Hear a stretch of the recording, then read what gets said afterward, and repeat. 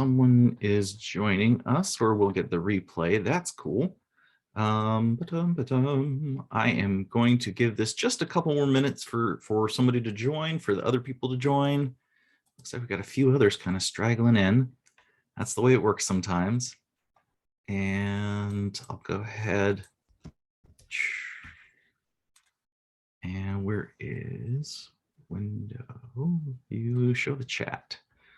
So if you haven't downloaded it already, in the chat, I just put the link to the booklet that you'll need to go through this. All the exercises are located in this PDF booklet. It is on Google Drive. You can download it super easily. I put it on Facebook, but it didn't look like many people downloaded it. So you can get it here. I'll also have it if you just want to ask for it afterwards. Just shoot me a message in Facebook or something like that, and I'll go ahead and send you the booklet, because it's got not just the exercises we're going to go over today, but also a lot more exercises to really help you build that next step of what you're trying to do and envision it and put it all together, right? Because that's the important stuff. Just check Facebook to see. Give it 2 more minutes here. 2 more minutes go by really quickly when we're trying to talk about stuff like this. So we'll go ahead and start telling you guys, what we're going to do today is really develop your brand strategy. And brand strategy is this idea of what you're bringing to the market and why you're different and why you're worth someone paying to hire you to do your services, right? And the thing is that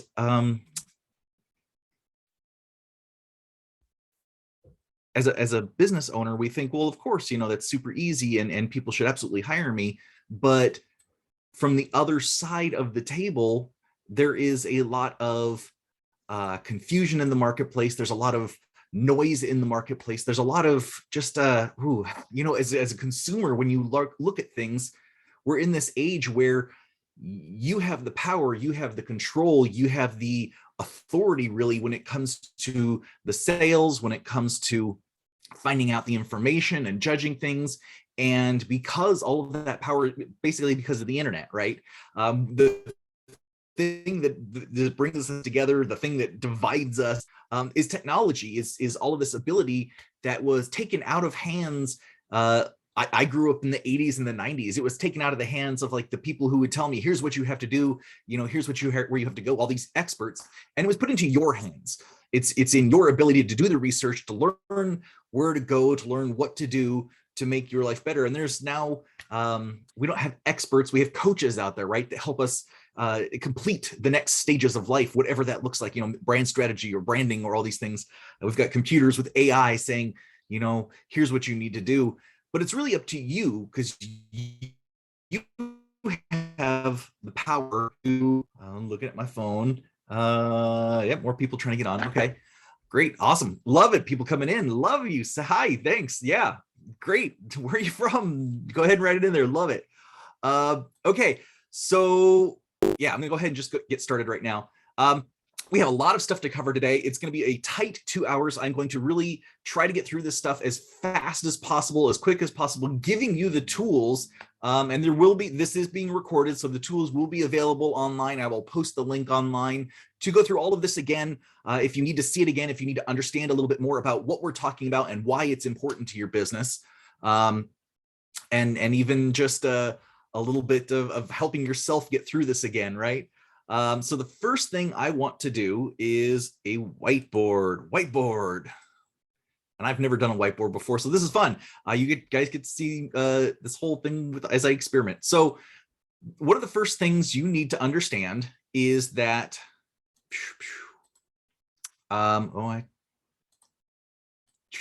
scratching all this stuff. I love this. Okay. One of the things you need to understand is that a lot of people consider branding to be a logo, or branding to be packaging, or branding to be design. And a lot of graphic designers out there, I've got a master's degree in design. I'll give you a little bit more about me in a minute. But a lot of business owners out there look at design, branding, packaging, all this stuff like it's a cheeseburger. right? Like it's the low thing on the totem pole. Like it's the cheapest expense you can do. And that would be like right down here, right? This is your cheeseburger, like Mickey D's, right? Mickey D's. Looks like M degree D. That's cool. And the reason for that is that, you know, when I was growing up, there were these experts that did branding that charged tons and tons of money at the time to think through the problems. And in the time since then, till now, again, technology, right? It's changed the game for a lot of people. And that means you can go to like Wix.com, you can go to Squarespace, you can go to a lot of these places and get websites for cheap or free. You can get logos for cheap or free. You can get AI advice. You can look, it's all these things now that are cheap or free because the internet and technology have made them accessible to people. And this is really like the lowest common denominator. It's the solutions that fit the most audience. It's the things that most people would want to buy in the least amount of price. And that's how they built their business model. And then there's the next ones who, you know, maybe specialize a little bit more, get really tight on what they do. These are people who do like, I just do logos for skate shops. I just do websites for flower shops, right? These are specialists. And a lot of times business coaches, consultants say, you know, niche down, narrow your gap, because it's easier to talk to your audience, your customers, when you are specializing like this. And you won't get confused with these mass distribution AI-driven systems or template-driven systems, because you are solving specific problems that require you as a human to think about and solve. AI computer systems have not yet got to the point of, you know, generally thinking about flower shops or bike shops or any of these things and the specific solutions they might need, although there are plenty of templates that make that happen. And then there's the next level up, right? And this is people who come, these are, let's call it experts. Expert. That's fun. So these experts have a process, have a thought, have a way of going through things, and you know, they charge the big bucks. And I'm actually on the very low end. Can I change the price here? I have price, change the color. See, I'm actually in here. I know that experts that do what I do, this branding and strategy and the design stuff, I know experts that charge at this level. I know experts that charge at this level, and they're like, you know, it's just who you talk to and who you serve, right? So these people are up at the top. They're getting like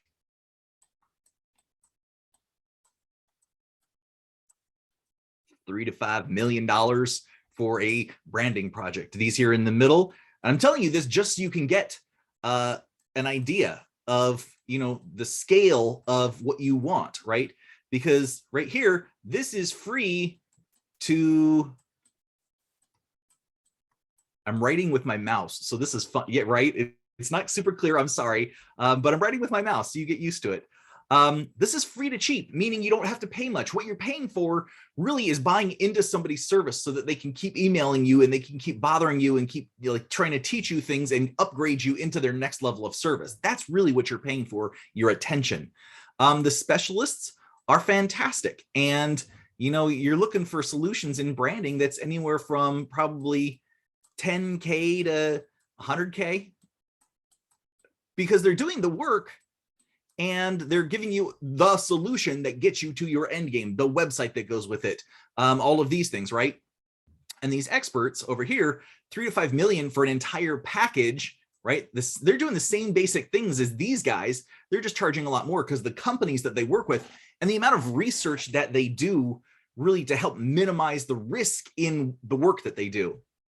So what you're paying for a lot of times is the process of them learning, and then they charge you for all that time. And here in the middle, you're probably looking at, yeah, 500K to $1 million in the middle range right there. And that was the same thing. Like, this is all basically the same amount of work. It's just what they're doing is more of it. And down on the low end, let's see, this is probably the 10 to 100K, right? this is what I charge. This is where I am helping the business owners who make about $1 million. Yeah, more people signing in. Love it. Every time someone signs in, I get a text message and then they pop up on screen. Hey, love it.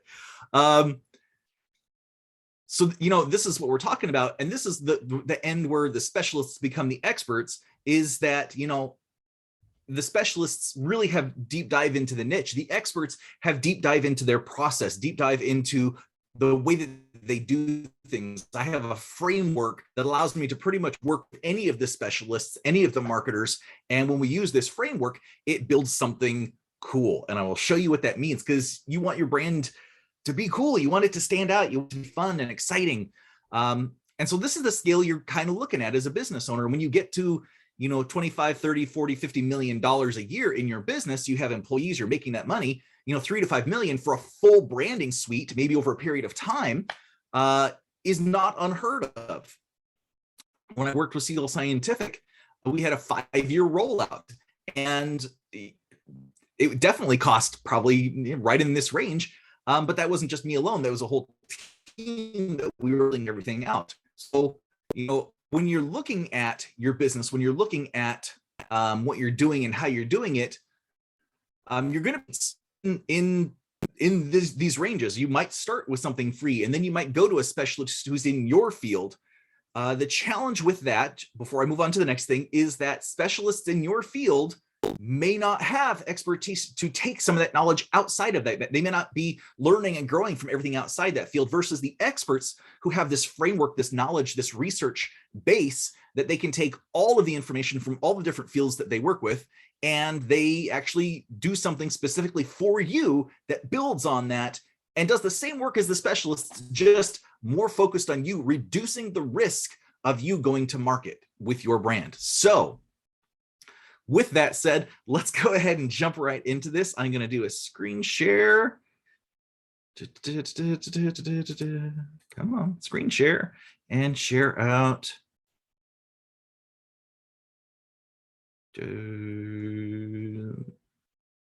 This one I want.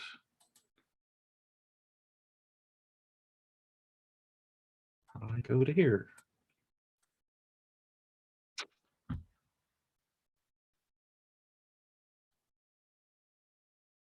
Okay, that's a quick preview. I didn't mean to do that one. Let's try it again. There we go. No.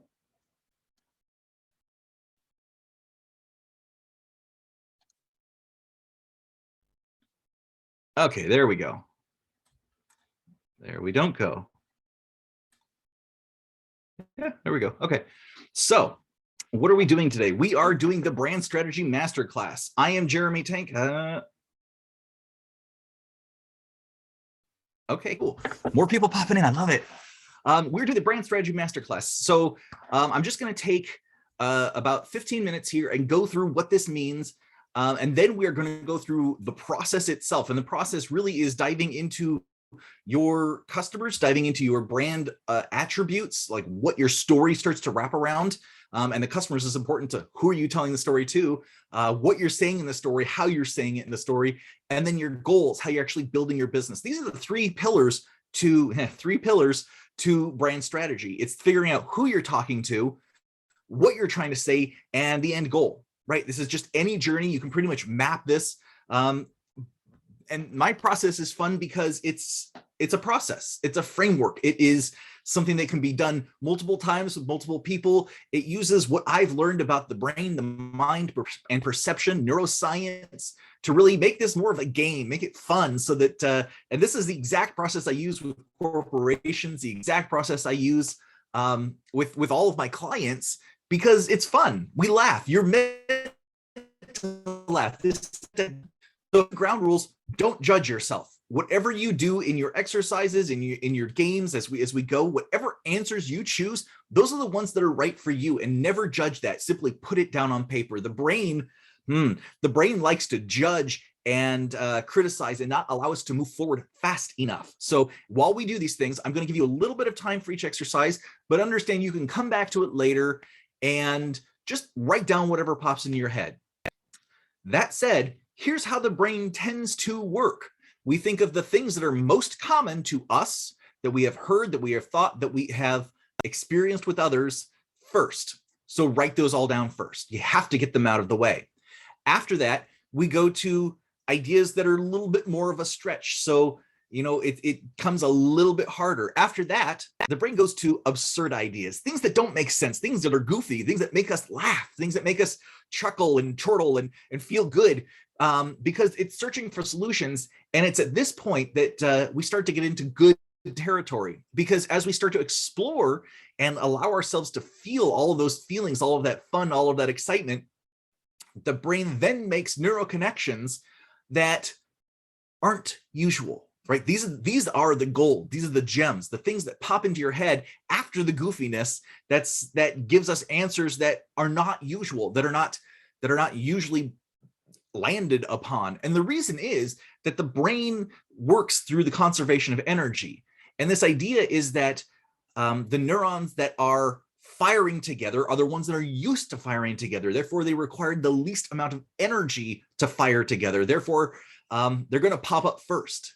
And once you work through those and write them down, by the way, if you don't write them down, they get stuck. Those neurons keep firing, those networks keep firing. They need to be released. They need to be let go. So by writing them down quickly, you move past that. And we're looking for like one-word answers here, not whole sentences, just like one word or two words that sums up whatever the idea is. You're the only one that needs to know what it means right now, so that is just fine.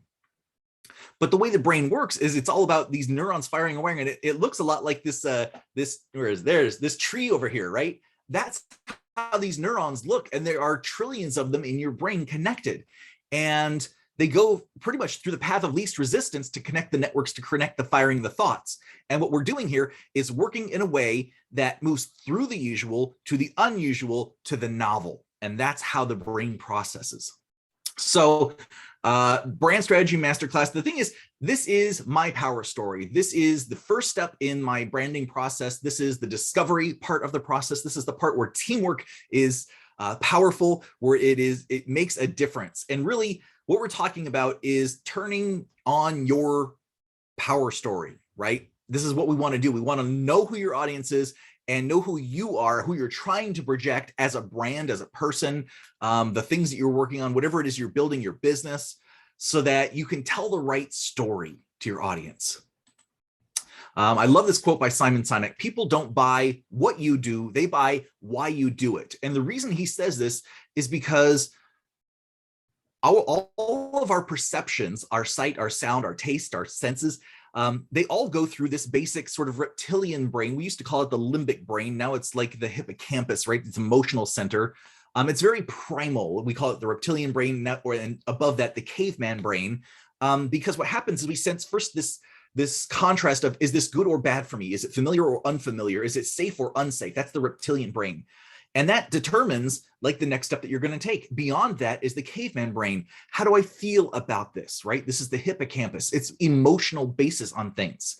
And then after all of that processing, then all of the signals go to what we call the neocortex. And the neocortex, and really the prefrontal cortex, which is right up here, that's the logic center, the thinking and the planning center. So anything that you experience in your life, all of the stories you tell, music, dance, fun, excitement, what happens is it goes into this base processing first and then comes up to the front.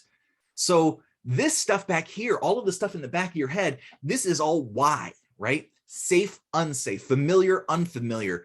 And then when it gets a little bit further, it starts to become tribal. Like, is this part of my group? Is this not part of my group? And it's the more that you go into the neocortex, into the new parts of the brain, evolutionarily speaking, that you start to question, why am I doing this? What's going on? What's the reasons behind this? It's the logical thinking.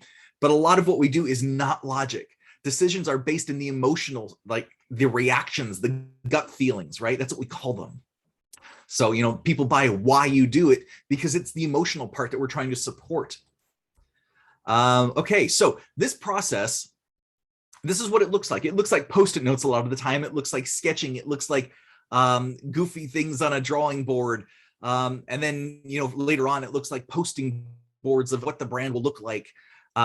this is a great team process. And that's why I'm going to keep saying it. You and I are sitting here doing this one-on-one. I love doing this one-on-one. And the reason I find it important is because when you give answers, I hear answers, I process that, and then I tend to mimic back in a different way, in a different turn, based on my experience, my life experience, my knowledge, to help you tell these stories in a way that's more connecting. Because yeah, there's an old phrase in branding: you can't read the label from inside the bottle, right? We can't tell who we are ourselves from the inside of ourselves. It takes a little bit of reflection for us to really learn and position what we're doing in a good way.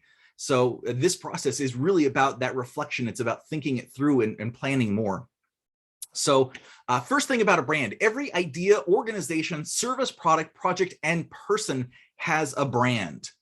A brand is not your logo. A lot of people think it is, right? And that goes back to that like cheeseburger thinking, that low level of, oh, I need a brand, so I'm just going to get a logo.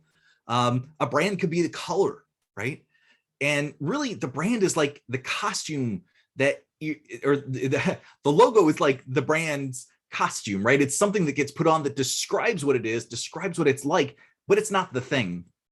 And a brand really is based more in a person's gut feeling. It's the reputation that you put out. It's how you behave. It's how people feel about you.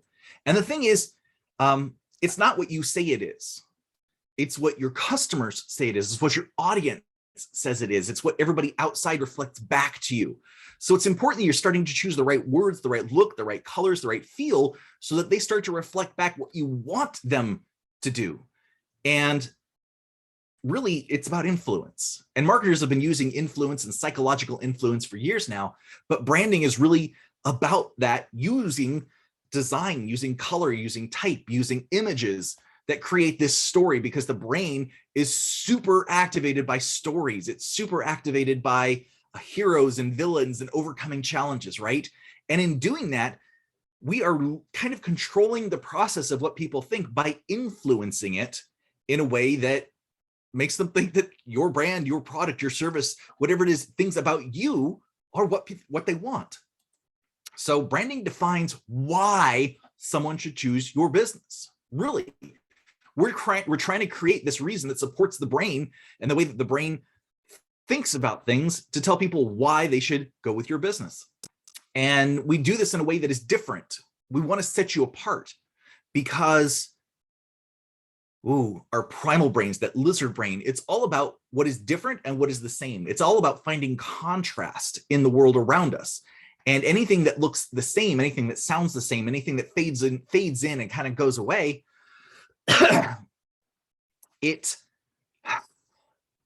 we see it as a commodity. We see it as the same as everything else. When something stands out, we realize that it is worth value. We realize that that is something different than something else, and we pay more attention. That lizard brain, the reptilian brain, actually says, hey, something's different here, pay more attention. And then that caveman brain, the emotional brain, goes, oh, is this good? Is this bad? How do I feel?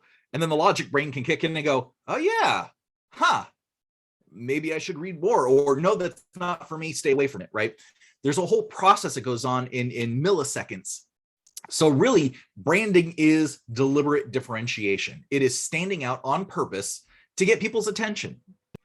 And the reason we want to do that is that in business, you can hit certain plateaus, you can have certain things happen, and all of a sudden the business doesn't work anymore. And it's something between the messaging, the offer, the way that you talk, maybe the customers are wrong. There's a lot of different things that happen that change. And the branding that I do in particular is used to reset differentiation, reset the story, reset what's being shared with audiences so that you can boost growth or transform what you're doing so that you can grow some more, right? I'll get into that a little bit more in just a minute. First of all, if you haven't downloaded it from the chat yet, this is the behavioral branding secrets. I put this in here yet. See, I knew, scroll up to the top of the chat and then hit the button. It's on Google Drive and you can just download this. We'll be going through 16 exercises. Within this booklet, there are over 30 exercises, as well as case studies, as well as, gosh, so much else. Just it's pumped full of value for someone wanting to learn branding and learn how to do this for your business. And I used to call this manifest design, this entire process. Now I'm calling it quantum creativity. It's really just a branding process that help you think about things, because manifestation and quantum creativity, it is all about where you are now versus where you want to be in the future, and figuring out how to close that gap, right? That is really branding. That is figuring out what that position is, what that look is, what that feel is, and making that change. And while people are downloading that, I just want to share a couple of testimonials, because I do a lot of different things. Like I said, I'm sort of an expert in my process and my framework and how I do things. I'm on that low end of the expert scale, growing as I get more clients, growing as I learn more and experience more. But I've worked in a lot of different fields. One of the fields is coaching now, brand coaching, and I use rapid transformation therapy, hypnotherapy to help people move through mindset challenges, thinking about their business in the wrong way, growth mindset, like all those sorts of things. Let's scale that back. And then people I've worked with in the past value that I've been in the design world, marketing world, advertising world for over 25 years, doing the same thing over and over and over again for different companies of different sizes, all different kinds of people, just working up all kinds of different projects. I've literally worked on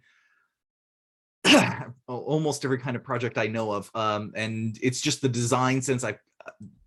I've worked on them, and I've got a master's degree in design. So it's like, okay, here's how we do this. You want to build something great? Let's start at the low point and then start building up. This last one here, thanks from Chuck, turn to Jeremy for branding, promotion, and advertising. The process is amazing. Again, it is the process. I've had the experience. So this process is my power story. It is what I come to the table with with every interaction. This is the base level of what I do. I work with you, helping all through this stuff.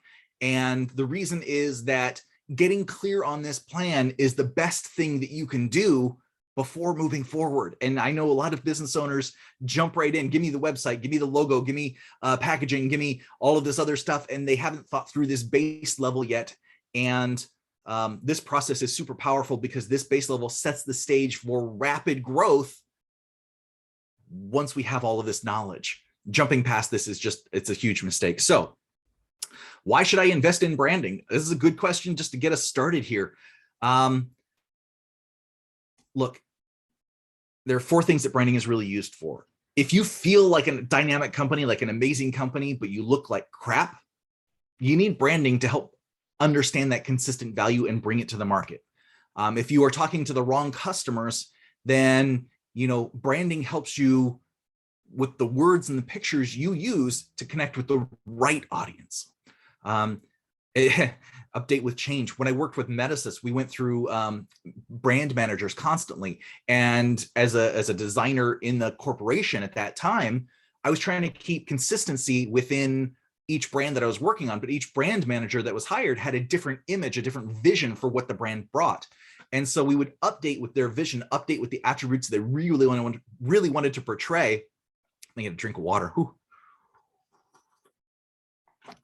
But then behind it, we would keep the consistency of the brand. And that updating with change is part of the transformation that goes with consistency that needs to be maintained for your business to hit the right points, right? And then to launch something new, if you want to reach a new audience, or you're going into a new market, or you're doing a new product, branding that out, right?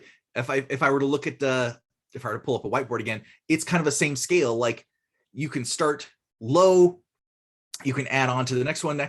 And what that means to me is, look, brand for yourself as a person, right? And then brand your team, and then brand the products, and then brand the company. At each level there, you're telling a story, a slightly different story that gets nested within the larger story, so that the whole outcome is seen and understood. And as people relate to your business through the business as a whole, and then the products, and then the teams, and then the people working on it, it's this funnel that is just incredibly powerful. And that's actually something that's recommended by Donald Miller in his book, the brand story, the storytelling brand. Forgot what it is at the moment. It's a great book. I'm sure I've got something for this a little bit later. So Before we get into the rest of this real quick, how much more do I go? I got a couple more here. I'm running a little bit late, so I'm sorry. I'm just going to show you this slide. Branding and marketing are different, and it's important to understand the distinctions between them. Marketing is how. It's how things reach the market. It's how people learn about something. Branding is why. Branding is why something happens, why something exists. And then, so this presentation, basically, I'm showing this slide to say, this is something that you do that creates value for someone else. That's your brand, right? You're doing something that creates value for somebody else. So we're going to use this process to really define that for you. And a little about me. I've gone to several different art schools, design schools. I graduated valedictorian. I've worked in advertising as art director. I've worked in pharmaceuticals doing packaging and advertising, marketing design. I worked in enterprise software as a company's senior designer, pretty much doing everything. As it was, like I said, it was a 5-year rebrand for Siegel Scientific. At the end of that, I actually went back to school, got my master's degree. So it's real interesting when you work in a field for 20 years and then go back to school and get a master's degree. You learn a whole different set of skills that fill in some things that really kind of elevate what you're doing and the way that you think about things. So over 25 years, I've written and designed ads, flyers, tickets, posters, billboards, websites, funnels, videos, banners, electronics, trade show booths, commercials, business cards, and so many logos I have lost count. I'm also a photographer. I learned lighting, videography, sound, and editing, video and audio. I actually took acting classes just to get a little bit more comfortable in front of camera, telling people what I do, just kind of going for it. And during the pandemic, jump back. During the pandemic, I wanted to do something a little different, get out of my field because people weren't really doing as much business. I decided to become a hypnotherapist. I wanted to learn something new. Really, it taught me how the mind reacts, how the mind acts, how the mind learns. It taught me about neurons and neuroplasticity and why change is possible and why beliefs sometimes hold us back. And so what all this does is it gave me a framework to say that, you know, we are inspiring through this process without a doubt, definitively. This process inspires the right solutions at the right time to the right people and guides you to a strategically ideal outcome. And that's what we want for business. That's what we all want. And really, it led me to the point of thinking that branding is a collection of feelings, words, and pictures that we use to influence others. That's it. It's really about connection. So this process is a 3-stage process. It is my power story, creative alignment, and behavioral branding. Today, we're going into my power story. My power story is developing your brand's purpose, or the words that you use to talk about your business. Creative alignment, just so you can know, I'll show you a little bit about that a little bit later. It's developing the brand personality, really the pictures and the voice, the sound of the business and the brand, because a brand is sort of like a personality. That's what it is. It's how it interfaces. People don't interface with businesses. They interface with the people of the business and the personality of the business, and that's what they get drawn to. And the behavioral branding is taking all of that and applying it to pieces like logos, websites, emails, videos, all the different things, events sometimes, right? So we're going to go ahead and start off the first exercise here. Boom. Okay, love it. So the first exercise is the exercise number 1, the axis of perception. And I love my little quote. One of the primary functions of the brain, maybe I can move this over here. That's better. I like looking at this screen. I like looking at you.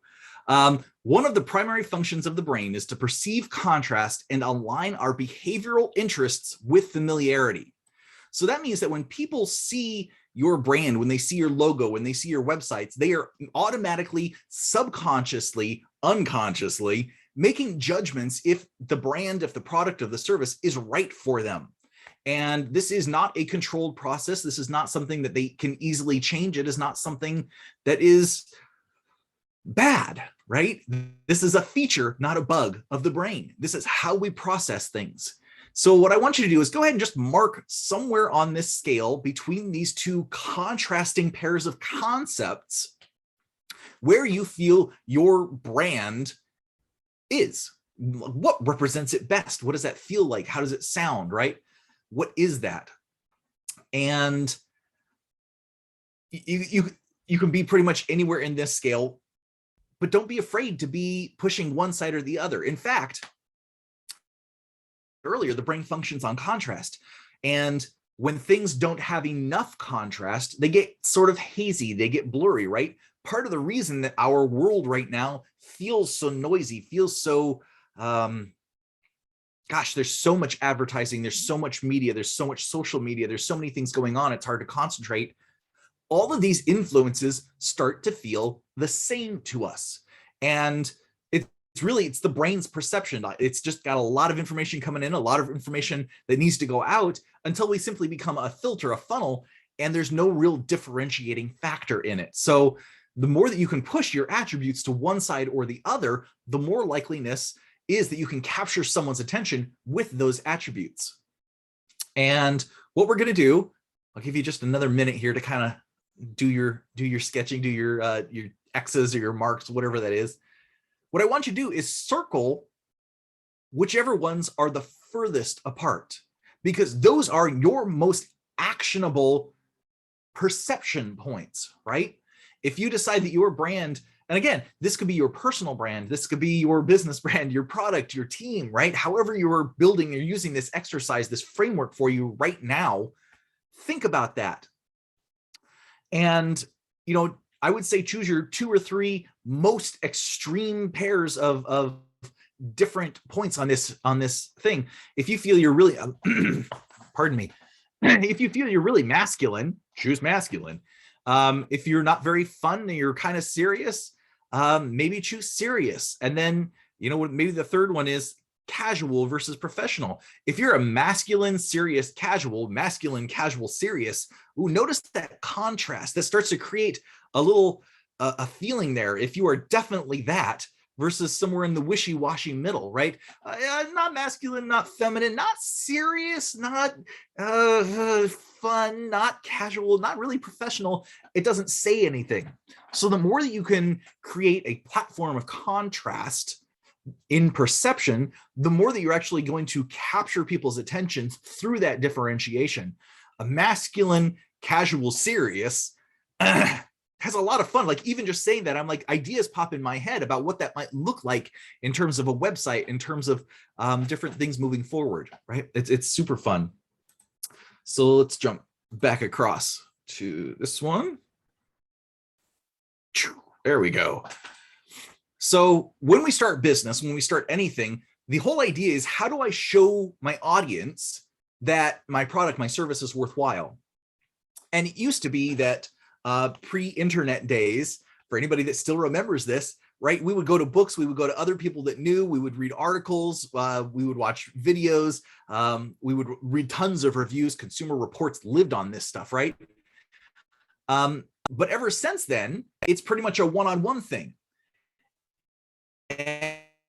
And it's through the internet and information. So we've gotten to a point where we have to share what we know prior to someone actually buying the service. That's actually what I'm doing here. This is all part of me showing you, here's how this works, and here's why it's important for your business, for your brand moving forward. And so we've gotten to a point where you have to show and share so that people understand where the value comes in. And what that means is that there's a lot of testing and learning. There's a lot of testing out what to say. There's a lot of testing out where to be. There's a lot of testing out what to show people. And that can look like all of this. This is just parts of the things that I've been testing for myself, for my own business over the last 5 years that I've been running Think Tank Creative. And, business cards, what business cards work, what business card sizes work, what business card thicknesses work, what typefaces, what color, like I'm just choosing one, but notice there's a lot on here. And this is not all of it. And every day, every month, every year, more stuff pops in. And the thing is, if you don't get this right, if you don't jump this gap from where you are to where you want to be, it's death for your business. And that's the reason that 90% of businesses fail in this country, right? It's basically, they don't connect with customers. There's lots of different reasons that all come down to, failure to reach market, failure to reach customers, failure to connect, right? there's lots of different ways of saying they didn't say the right things to the right people at the right time and tell them the right stories to get interest. And that is the death of the business. So what this process does, my power story, what we're going through right now, is it helps you uncover the right words to communicate your value with the future customers. It helps you just explain what you're doing. And if you're a marketer watching this, that means marketing positioning, differentiation, customer avatars, archetypes, and value proposition. Why do you matter? And this is different from the last, again, the early 2000s, the 90s, the 80s, right? We're in a different place right now. We're doing things differently, even the aughts. Who says the aughts? I do, apparently. The 2010s to 2020s, like what they would do is they started in marketing, right? I've got a product, I'm going to go out and market test it. I'm going to market test it and then see what to do. And then they'd start advertising, once they got a market fit, they'd advertise and then they'd sell it. Then they provide customer service. And then they come back and say, okay, how do we develop a brand around this? And what we're doing now, what we're finding is that because of the internet, because of the words and the pictures that matter, because of conveying this idea of value that people are judging and learning from prior to investigating more, right? This is the base level we now have to do. We have to come up with this story. We have to show people why it matters. And so my idea that I'm sharing with you is starting with branding. Let's figure this out first. Let's figure out the customers. Let's figure out the story. Let's figure out why this matters so that when it goes to marketing, come back up here to this, we're jumping this gap. We're jumping this gap. We are closing this gap by already knowing some of the things that we want to position and going into the market, which means that the market testing, the marketing, right, which actually looks like a lot of these things, we do less of them. And when we do them, they are more targeted to the people we're talking to specifically. And that means we're not throwing away a bunch of stuff. We're not wasting money in Google ads. We're not wasting money in Facebook ads. We're not wasting money where we don't need to waste money. And when we are targeting things like Google ads or Facebook ads, we're working with the marketers who know how to work those systems based on the information we give them that we know about our brand and where we want to go. So just to show you this gap, what that looks like and what we're going through today is this exactly right here. We are going through the Power Story framework. I've got a little bit more to show, two more slides, and then we'll jump over to the full framework. It starts with, are you attracting the customers that you want to work with? Are you connecting with them? Are they following through? Do they understand what you're providing and how you're providing it? Who are they? What do they like? Do you give them what they like? How do they see the world, right? We already played the one exercise that's like, okay, let's create some contrast. How are they perceiving things? How does perception work? And we know that creating more differentiation in perception is more likely to draw their attention. That's exactly the basis of this stuff. And then we're going to focus on tasks that drive action. Actually, we're going to use the story to grab attention. We're going to define the goals of your story. We're going to define feeling words, the attributes that go with your brand, that go with your story, so that these things can pop into a framework real easy, real fun, and create the story that you need to create to get these people's attention. And then last, we're going to focus on tasks that drive action. Yes, you're an hour late, but come on in. Again, for anybody that's just come in, I will be posting this video online, and because you purchased the class, you get the full link to the video, and you can go through it at your pleasure. I will go ahead and include the link to the booklet because you're coming in a little bit late, and that's okay, because we still have yet to actually jump into the full framework, and that is just fine. Anyway, the focus on tasks that drive action. This is really important, guys. This is just basic business strategy. Where is money being made? Where do you need to be seen? And what systems are you creating? The combination of those make your business run. That is the business machine in its tiny little parts. It's ready to go, right? So what are the next steps after my power story, right? Once you have the right words, what do? Well, you can go and sell. Automatically, you can go and talk to people and tell them about your business and tell them what you do. Make sure you actually kind of use your customer insights then to target and see, oh, is this person really someone that I want to talk to, or is this not somebody I want to talk to? The next step, what I call creative alignment. If I go back up, there it is. right here, creative alignment is about that brand personality and then behavioral branding. And creative alignment, just so you see, is using this part of the process and then also a research part of the process to find the words and pictures to communicate your value to your audience. And the benefit of this is it's not just working one-to-one. When we look at the words, it's really one-to-one. You are talking from yourself to another person. In this case, you. Hi, nice to see you. I appreciate you being here. And when you're talking one-to-one, then, it's really about you're building your future. And I want to help you jump that gap from wherever you are now to where you want to be in the future. When you start taking the next step, you create the pictures around that. And in that case, you're not just really talking to one person, you're inspiring a group of people. You are literally creating a tribe, a community saying, look, these are the words and the pictures. This is stuff, this is what we gather around. This is, if you like my products, if you like the services, this is what we do. And the people who come together unite around these concepts. So, and again, this is like uncovering action insights, exploring differentiation within the market so that you stand out through the pictures that you use, the colors that you use, the typography that you use. It's aligning all of this stuff with the business goals that we talk about in My Power Story, and then kind of creating this big picture idea that ties it all together. Right? That's how we create consistency, is the big picture idea. And through this, it's easier to talk to a group of people through these pictures, through these words, and create larger growth for your business. And then the last step is behavioral branding, where we are transforming the brand through the pictures and words to communicate and expand your value with a growing audience. And this is really where we can take all of this information from the one person to the group and then really start to expand the size of the group going. We call this scale, right? Maybe you've heard business owners, entrepreneurs talk about, I want to get to the point of scale. This is scale. This is what it looks like when you start to take all of the information about your brand and put it in a system, a brand expression system, so that you can create marketing campaigns, create funnels, create social media, create videos, create experiences, create live events that really reflect and represent who you are and what you're building for the future. This is what scale looks like in a system like this. So with all of that said, let's jump right back into the exercises. And there we go, loaded, locked and loaded. So you got the first one, axis of perception. That's awesome. And I just spilled water all over my keyboard. Ooh, that can't be good. So the next one is we are going to go into archetypes. Now, while I'm talking, I want you to go ahead and follow part 1 and part 2 here. And that circle 5 archetypes that you feel like represents your brand, who you are, your product, your team. I'm just going to keep using your brand as a shortcut for all of those ideas, right? Whatever it is that you are building, you specifically.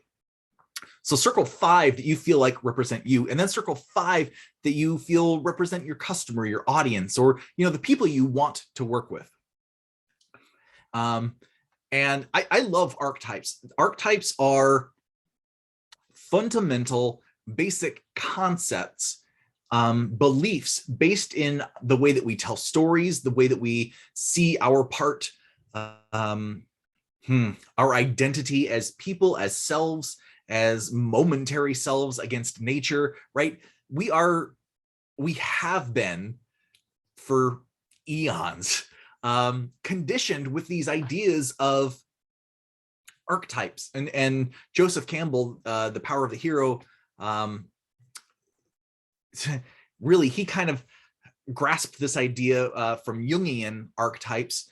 And Jung, both of them had the same idea. And it's like, look, our brains have picked up on these sorts of particular types of behaviors and characteristics, and we've represented them through art, through stories, through life, through sharing experiences. We've represented them for forever, it feels like, and it's become a way that our brains think about behavior, right? And within each of us is all of these archetypes.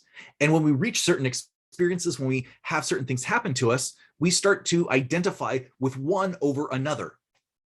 In psychology, this is this is called parts theory. And parts theory simply says that because of the way we are raised, because of our own personal traumas, because of our own personal influences, the way that our parents trained us and taught us about what's good, what's bad, our beliefs, right? This sort of creates all these different parts within us that are represented by archetypes, and they are represented by with the thoughts and feelings toward whatever a goal is. And oftentimes we react to different situations by inhabiting different beliefs, by inhabiting different ways of interacting with the world outside of us. In drama, in acting, they sometimes call this masks. What mask are you wearing today? What mask can you put on? What mask can you bring for yourself that brings that piece of you out into the world to explore?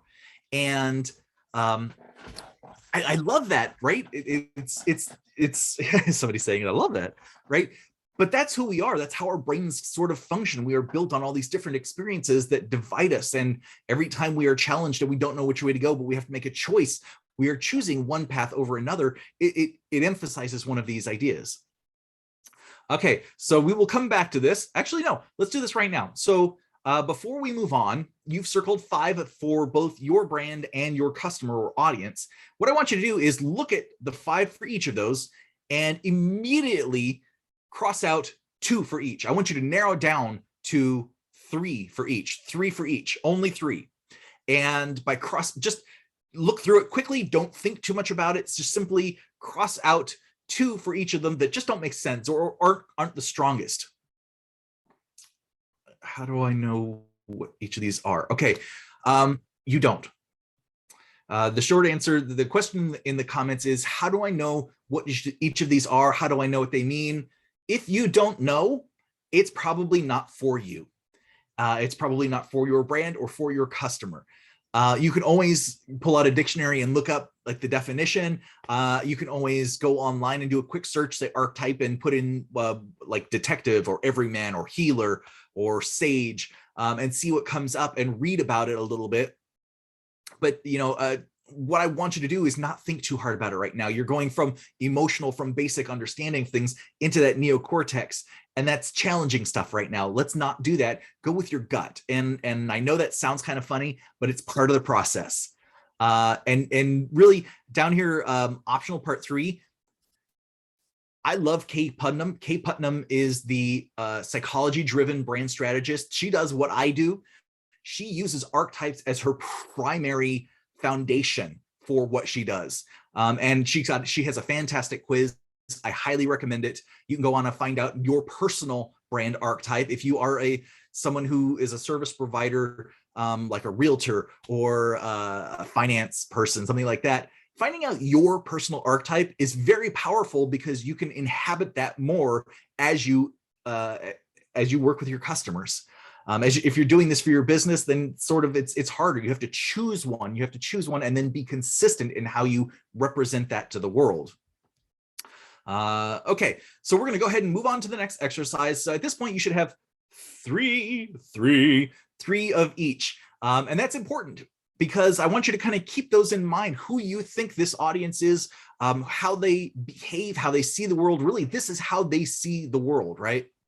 If they're a maverick, that means that whatever you give them, they're going to want to break. Whatever price you give, they're going to want to challenge it and overcome it. They're going to want to fight against you the entire way. That's what a maverick does. They fight against the system. And when you're presenting something, that's the system. A detective is always going to want to push down to the next level, asking questions, trying to figure out if you're lying or if you're phrasing things differently. Like that's what the archetypes do, is they are a way of perceiving the world. If your archetype for your brand is advocate, that means that you are standing there, and whoever your customer is, you are there to argue on their behalf about whatever it is. And the service you provide is literally arguing on your behalf that there should be something better, and you are going to provide it because nobody else does. So that's why I love this. It's very psychology driven. It's a way of perceiving the world and the brands. Okay, so we're going to move on to the next exercise. We've got so much to go through, so I just want to keep going and keep going and keep going. And I'm not going to give you time to complete each of these because it's going to eat up all the time that we have. We only have an hour left now. So I just want to keep going through these as fast as possible. So the next one is brand attributes. And brand attributes, I'm going to give you about a minute here. Start now. And what I want you to do is make a list of every word you can think of that describes your brand. Right? We know from earlier that a brand is what they say, right? Your customers, your audience, whoever you're working with, it's what they say about you. But what are the words that you want them to say about you, right? What is it that describes your business? And I'll go ahead and just throw out a couple here. I'm sorry if this is a distraction to you. Just keep writing this down. And we're going to repeat this exercise a couple different times here. So just whatever words come to your head, use them, okay? When I hear brand attributes, a lot of the brand attributes I hear that are familiar to me because companies use this a lot are innovative, technology, driven, truthful, respect, savvy. Thought of Johnny Depp in Pirates of the Caribbean. Savvy. What else? Words that people use a lot. Cool. Smart. Now, why am I giving you these words, right? This has been about a minute now. So why am I giving you these words? I'm giving you these words. You can add them to your sheet. I know that you might already, because people think about them a lot. These are some of the words. These are the words that I hear frequently. These are the words that I hear above other words. So I've got this these neural pathways, this neuro pattern, I call it the neural web going on in my brain. That's like, here's the ones I hear frequently, which means they're not unique. They aren't different. They aren't differentiated, right? When we were talking about the exercise above, the axis of perception, I said, things that are different, things that have contrast, things that are not usual stand out. Things that are usual tend to fade into commodity. And when things are perceived as a commodity, it's basically saying that your service is the same as one of those, the scale that I gave at the very beginning of this, like the AI bots on the low level, and then the specialist and then the experts. When things are commodity, it's basically at that AI automated, there's no difference level, right? Which means that what you do is not perceived as valuable. It's perceived as the same as everybody else. Therefore, you're not going to be able to charge a lot for it. You're not going to be able to stand out because you get faded in with the fog of everything else. So we're going to go ahead and leave that list and move on to the next exercise. And customers from afar. So I want you to think about your customers. Think about those archetypes that you wrote, that you circled earlier, right? And I say write down at least 15 on this, but really, we're going to take about another minute here. And I want you to think about them. Who are they? How would you describe your customers to others in your field? And that's a key here, in your field, because for me, I say business owners. Well, that's really generic, but that's okay. I would write down business owners, entrepreneurs. That's really generic. Okay. To me, over $1 million. Over $1 million means that they bring in enough revenue that they're going to really focus on what their brand means and the image that they share with customers. And then also a question, how might those customers describe themselves to you? Ooh, that's a good one. How might they describe themselves to me? I'm just a business person. I've heard that one a lot. I'm just a business guy. I'm just a realtor. I'm just a networker. I'm just a connector. Oh, I like that one. I'm just a connector. I love, I've heard that a few times now. But think this through, are they creative types? Are they artists who you serve? Are they the florist? Are they the bankers? Are they the financial people? The more that you can kind of write down different ways of describing people or different audiences altogether, right? Just capturing all of them in one big bundle. This is where you start to make that list of possibilities. Because ultimately, I'm going to want you to come back and say, okay, circle one. This is who I'm talking about. This is the specific one that we're going to stretch on towards. And as I'm going through this, I'm realizing I'm already sort of like going in a different pattern than that triangle graph that I showed earlier. But that's okay, because the way that this works, we're going to go back over and through this as I give you directions so that you can choose some of these things a little bit more carefully based on, the cycle. That's how the framework works. I'm confusing the neurons, confusing those neural patterns. Yeah, we'll go back into the question in the comments is, will we go back to them with every hope here? And I'm not just giving you directions. We're going to go back and actually get the specific points for each of these for you to move forward. So exercise 9. So choosing one of the people in exercise 8, I want you to write down here, what do they need? What is their problem? What is it actually you are providing for them? What are you solving for them? And how bad is that problem? What obstacles are standing in the way? What do they need to feel successful? I wrote you, but it's not they. It's not you, it's they. Like, what do they need, right? What we're talking about here is pains, wants, and needs. So, for example, let's say that my customer, let's say that my customer wants to hire a gardening service, and then my business is a gardening service. I'm just making this up at the top of my head, right? So maybe the customer pain is that their plants are overgrown, their lawn is overgrown, their flowers are overgrown, maybe their trees are just really looking shoddy, and the pain that they feel is not just like, that's a problem, but it's not a pain, right? Until the neighborhood starts going, hey, your house looks kind of shoddy, right? All of a sudden, what we have is a connection of the community and a judgment towards how that customer is maintaining themselves.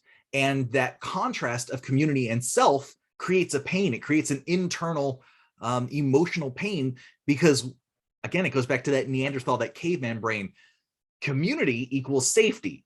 Lack of community, or different something from community, and a community is a group of people who think and behave the same. That's Simon Sinek's definition from one of his books. And Seth Godin kind of goes with that too in This Is Marketing. So the community, you join a community because you want to live where, right? If my example here, that community of people, right? They want to live in that area. They want to live at that lifestyle. They want to have a house like that and a garden like that and everything. That means they need to take care of it. So if they are not taking care of it, maybe they don't own a lawnmower. Maybe they don't own equipment. Maybe they just bought the house, but the community's like, you have to fix this.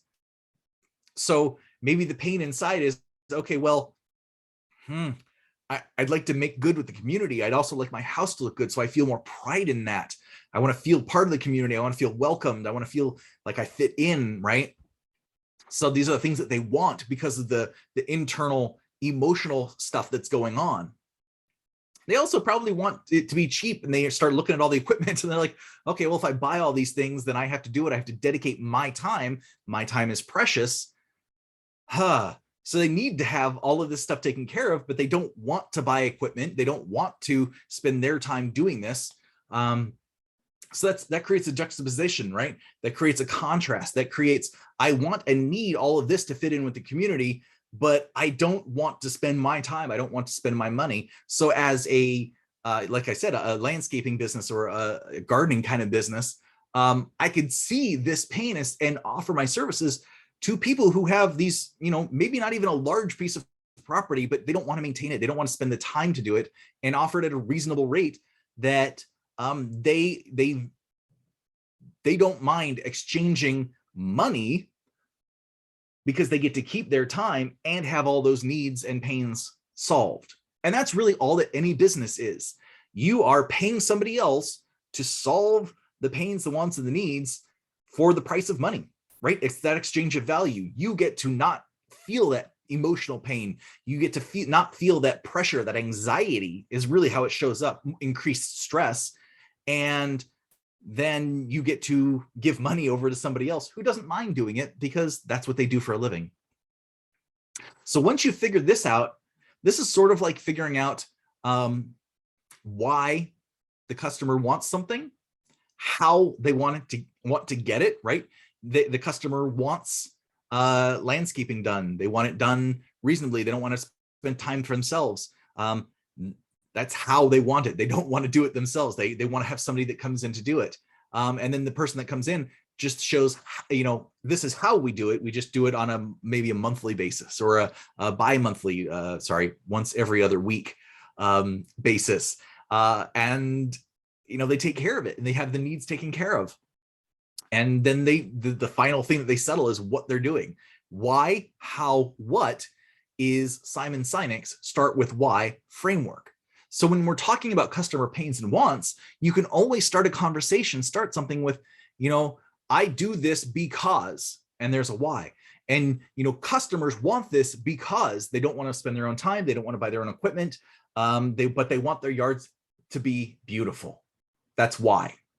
And so we come in twice a month. We do cleanup, we do maintenance, we do it for a reasonable rate.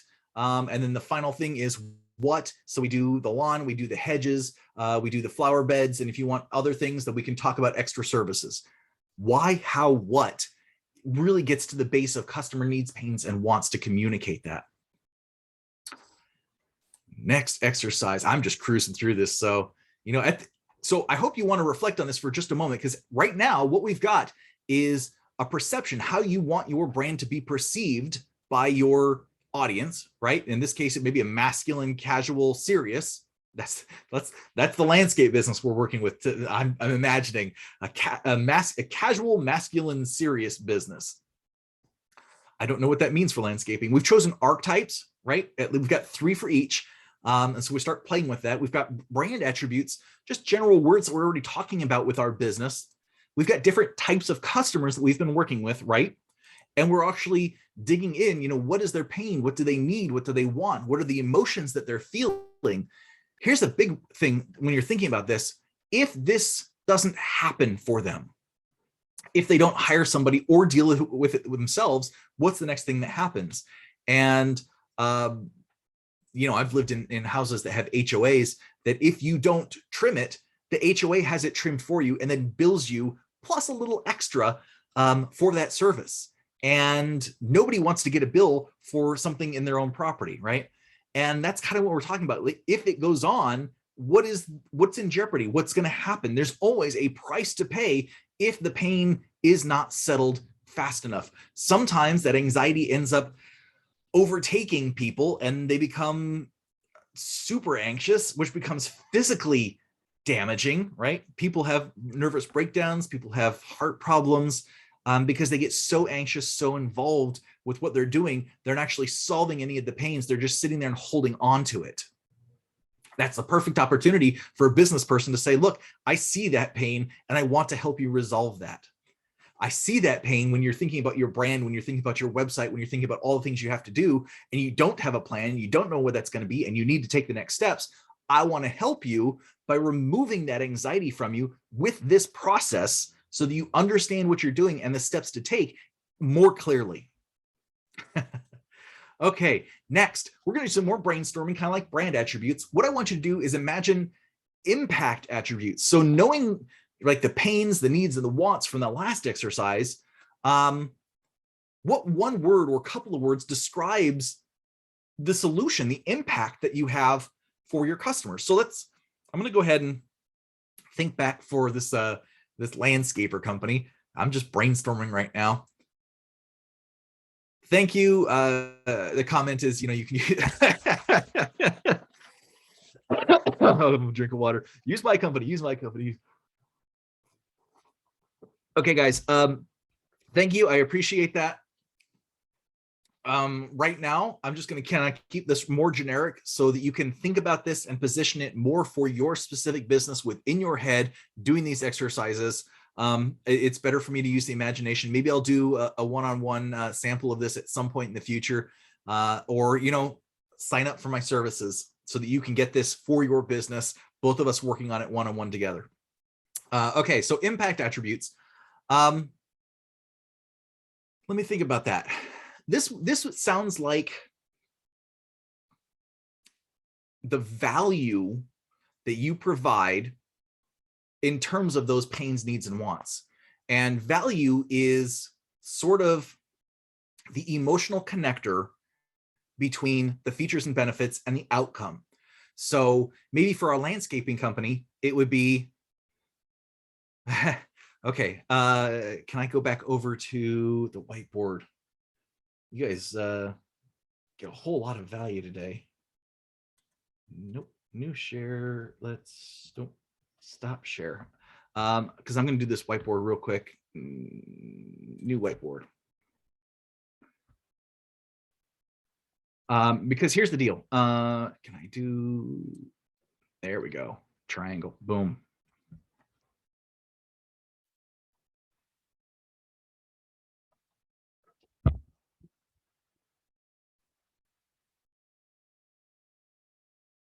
You've probably seen this or heard this at some point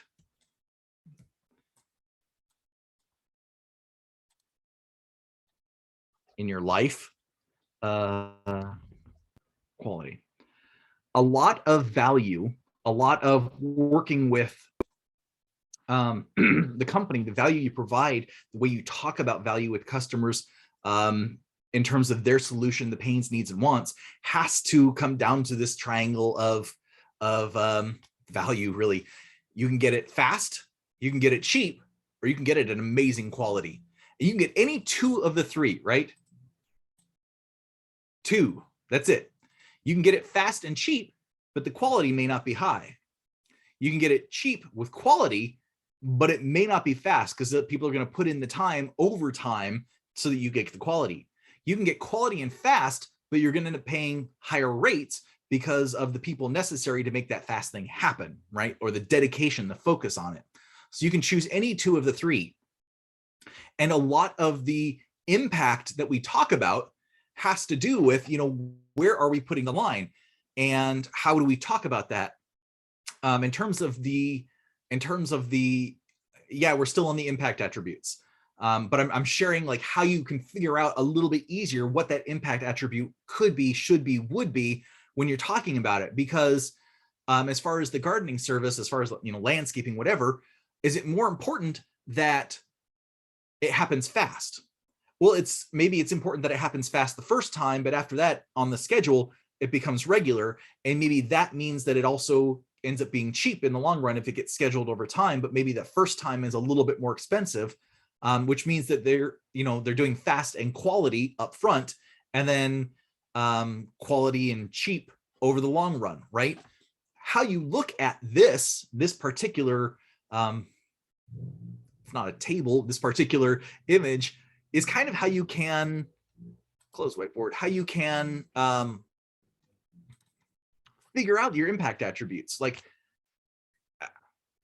it's how you address the feelings and the actions, right? The impact, you can get it done exceptionally. You can get it done cheaply, resourcefully. It's just different ways of saying cheap. You can get it done. Cars use impact attributes that are all about quality. It's all about the feel that you get when you get in this luxury, right? Luxury is about quality.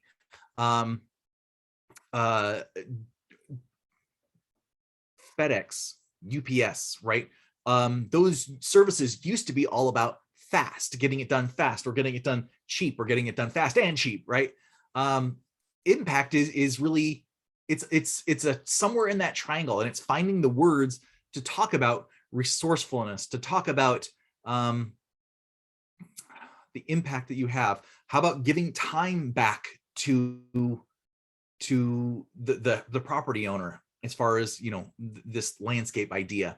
That would be in terms of returning time, right? Fast is great, but it maybe becomes about time, not just fast. So returning time. So live your life while we do your lawn, right? It's about, that is a huge impact right there. So, okay, we're going to move on to the next one. And the next one is culture attributes. I love culture attributes. So thinking about that customer that we talked about, thinking about their pains and their needs and all of that, how would you describe that person? Let's also look at those the archetypes, right? How would you describe those archetypes? If in fact, let's go back right now, right this minute. Let's go back. Archetypes for branding. Go ahead and look at the three that you have, and I want you to put a big circle around one for you and one for your customer. and think about that customer that we were talking about from before, right? That the one that we've looked at the pains and the needs for. Who are they? What, based on what you're serving up and how, their pains and their needs and their wants, how are they seeing the world? How are you interfacing with them? What kind of information are you giving them? Maybe they are this guy who needs his property done, right? His landscaping done. Maybe my landscaping company is the idealist. Yeah, that makes sense for a landscaping company. Look, ideally, your lawn should be mowed at least once a week. Your trees should be trimmed. They should be trimmed so that it has a nice clean line. All your topiaries are all round and not sticking out at the sides. Maybe an idealist would not be a great business person, but a great landscaper, right? Because an idealist will always want to spend more time fixing things, but coming across as an idealist in your branding could be brilliant because it's telling other people, look, I'm looking for the ideal outcome for you at all times. And I strive for that. I am moving for that. Of course, we know there's no such thing as perfection. We know that we can get to a certain point and then investing more time does not give us returns, right? That's the business side of me telling you that. But showing up as an idealist, inspiring people to be the best, inspiring people to have the best is a great way to look at this. Now, let's say that the customer, the guy who owns the property, let's say that what do we want to choose here?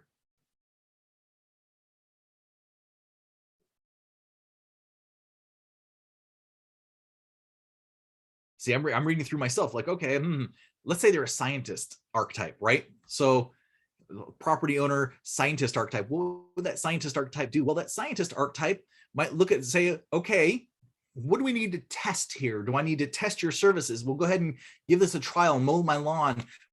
We'll give it a month. Let's see what services you are. You say you're holding yourself to this standard. I'm going to go ahead and run some service tests, essentially, to see what you're doing and if it's worthwhile to me and how it actually comes across. That's sort of the scientist mindset. They're testing things, small hypothesis, and then verify it to actually get the outcome they want. And if you don't hold up to what you have put yourself out there as an idealist archetype and what you have promised through your business contracts, then you're probably not going to be working with them anymore. So looking at that, how do you, as an idealist, describe your culture? Well, in this case, you would use words like probably family and artists and ideal, and you would hire people that have experience in all of these. Maybe you hire botanists, or you hire people that are of a higher standard, a higher caliber to reach your ideal, right? And then you're building this culture around vision. Idealist has this grand vision that they're trying to build towards, right? And the scientist on the other side is going, okay, great. I see what you build and I see the team that you put together and how you talk about that, but you're also inviting this person into this culture. And that is part of building a community, a tribe through your brand. You're talking to this scientist archetype, inviting them to be part of this idealist culture, saying, look, give us a test. I understand that you have to test out, your property has to be right for you. We have to do the right things for you. You've got special trees that need certain things. And my team is perfect for that because this is the culture we build. We believe in this ideal of having the right people and treating plants and trees and your lawn exactly as it needs to be treated to be the healthiest, most opportune it can be, right? This is what culture is. It's talking about bringing it all together. I got to move faster because we're going to run out of time. So next, feeling attributes. So I want you to take time and think about, how do you want people to feel about your brand? That's really what it comes down to. How do you want people to feel about your brand? And common words here are trusted, respected, valued. Those are words that have lost meaning. Those are words that don't really matter because every business under the sun wants to feel trusted, valued, respected. And people will do business with you once they trust, value, and respect you, once they understand that you are providing the services correctly. My feeling attributes are creative, unique, fun, expressive, right? I want people to see me and go, whoa, this is definitely creative. This is fun. He is so expressive. That's how I want people to feel also by doing this process. I want you to feel creative. I want you to feel like you're getting into it and you're expressing things. So, exciting, right? That's a good word. Maybe that's your word.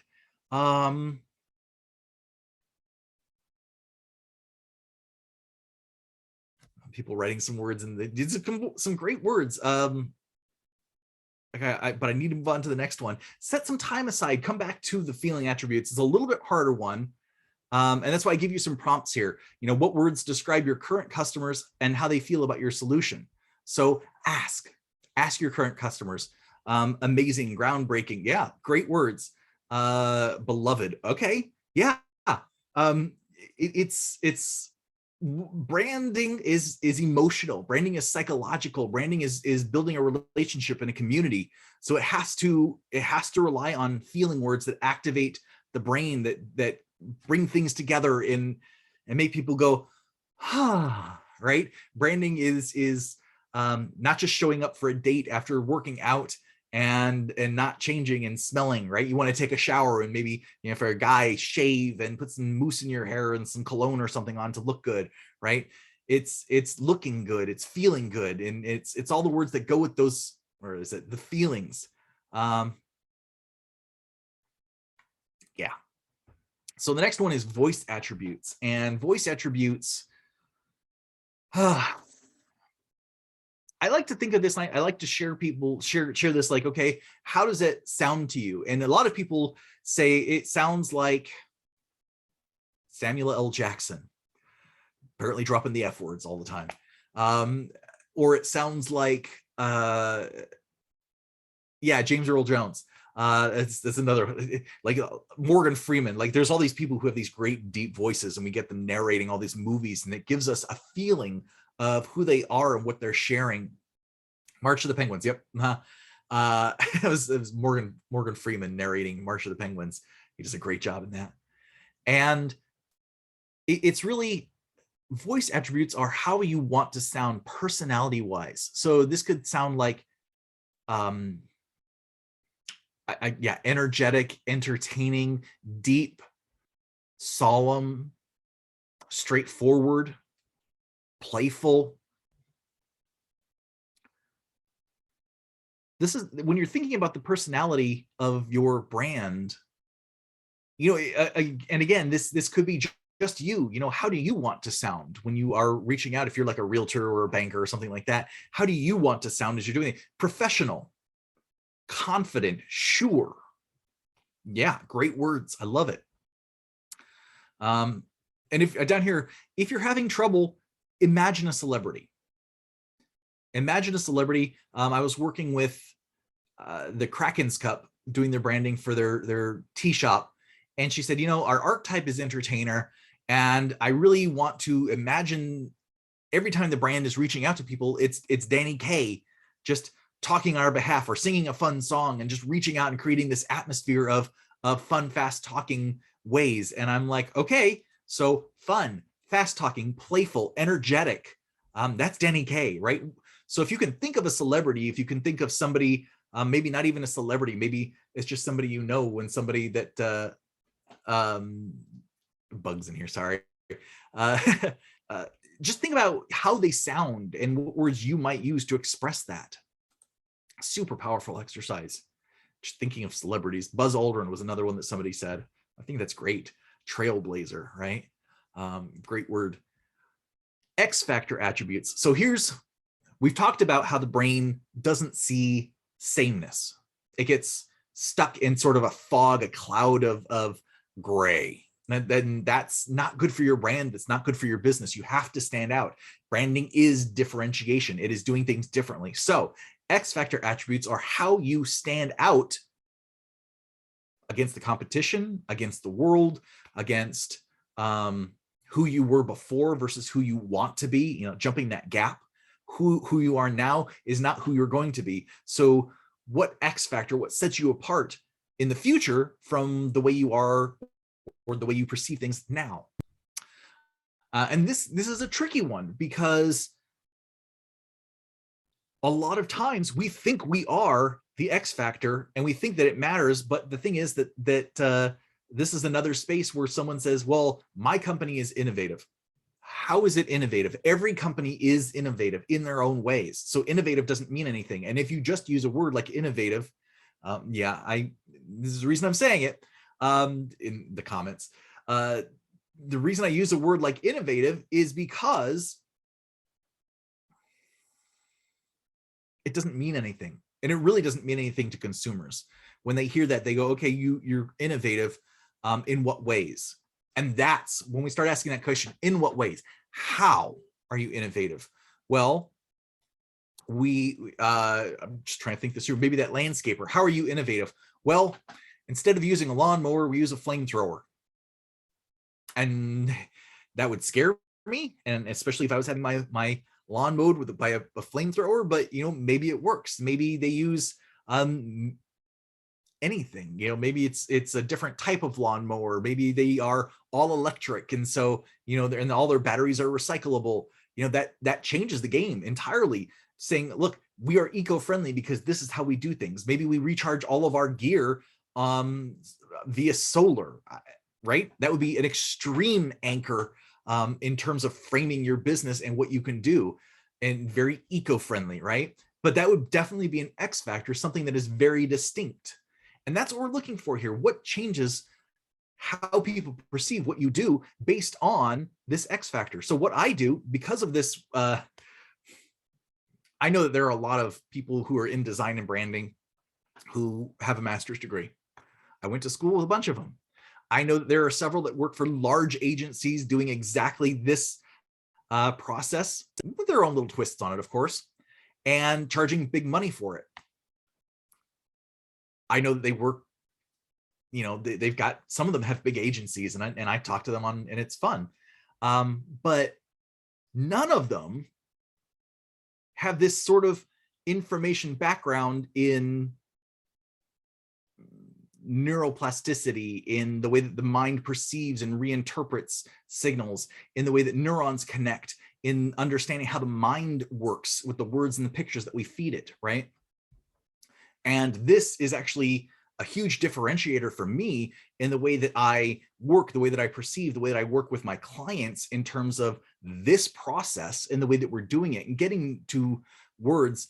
I'm keeping it generic right now, guys. I'm just trying to explain why working with me is a little bit different, because a lot of designers are not thinking about helping you and your mind and your process and getting to the words that really matter. They're thinking about designs, and they're thinking about websites, and they're thinking about print, and they're thinking about apps, and they're thinking about all these things. And the words you say, they're in their head, they're designing already. They are creating solutions. They're not helping you think through why those words are important and what they mean and how they are super effective at getting to the next steps of things. Okay, so now that we have all of that, some time? Yes, I do. Love it. Okay, now that we have all of that, we are going to go back all the way to brand attributes exercise. And what I want you to do is look at the words that you've written, and we're going to do this for the next one and the next one and the next one, okay? Look at the words that you've written and choose 3. Just 3, and circle those or highlight those, mark them, put a little X or a check mark by them. Just choose 3. Go ahead and type okay in the comments when you're done.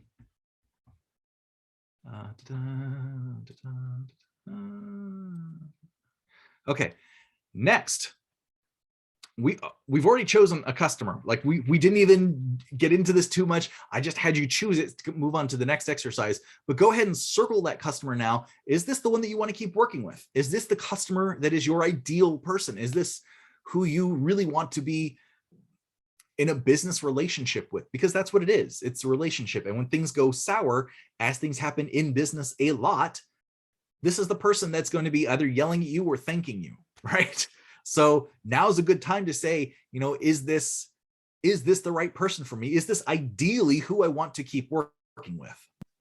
ideally, I work with business owners who value this process, who value the knowledge that I bring to it, and are making probably between $1 million and $5 million to use this process to really scale up to the next level with their brand.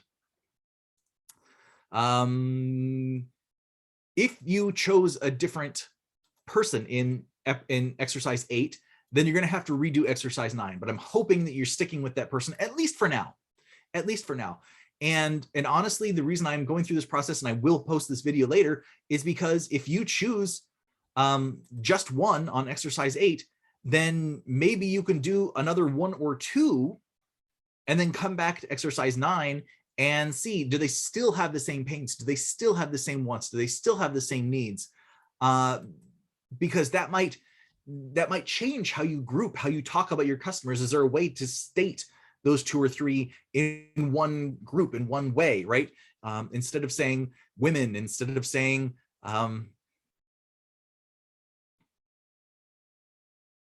okay, let me think, I'm thinking about this. Instead of that landscape business, maybe it's homeowners, maybe it's women, maybe it's mothers, maybe it's pregnant people, right? Can I come back to customers and look at all of those and say they're all suffering the same thing? I actually want to start a marketing campaign for pregnant mothers who are at home, who have a child at home, a child on the way. They can't get out and do the lawn, and the husband's nowhere. Maybe he's off working all the time. He doesn't have time to do it. And do a special specifically for those people to fill their pains, their needs, their wants, because that's a challenging situation to be in. And I feel empathy towards them because I can see that that would be a challenge. And especially if the community is like, oh, they don't take care of that stuff. It'd be a great opportunity for that, right?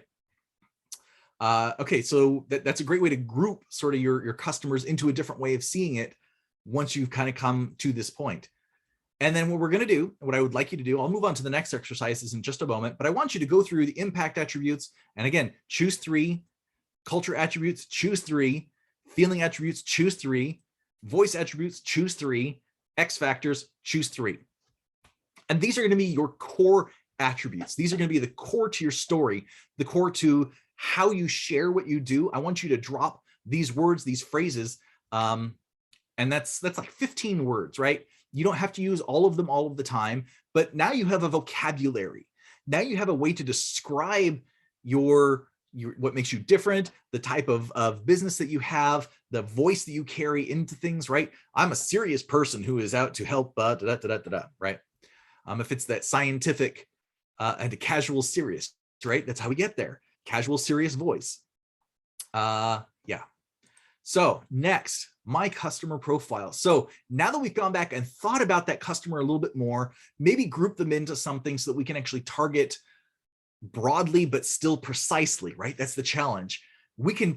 Marketing can accurately target at this point online, pretty much anybody. And it's because of all the data that's been collected in the back end by all these social media services. Marketing can target pretty accurately once we know who we want to target.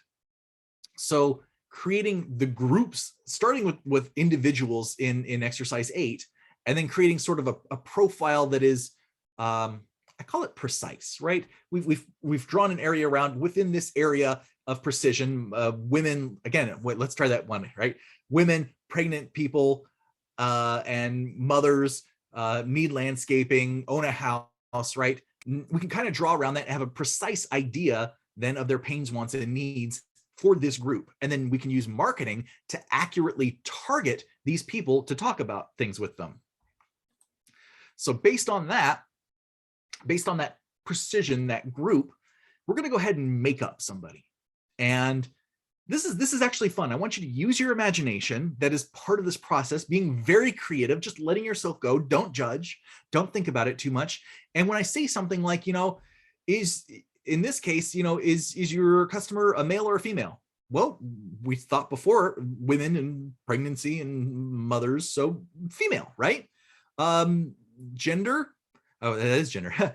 Age, well, maybe they're in their early 30s, right? They've got one kid, one on the way, married, husband's at work, working real hard, has this stuff. Maybe they're in their 30s somewhere. So go ahead and choose a number. I'll say 34.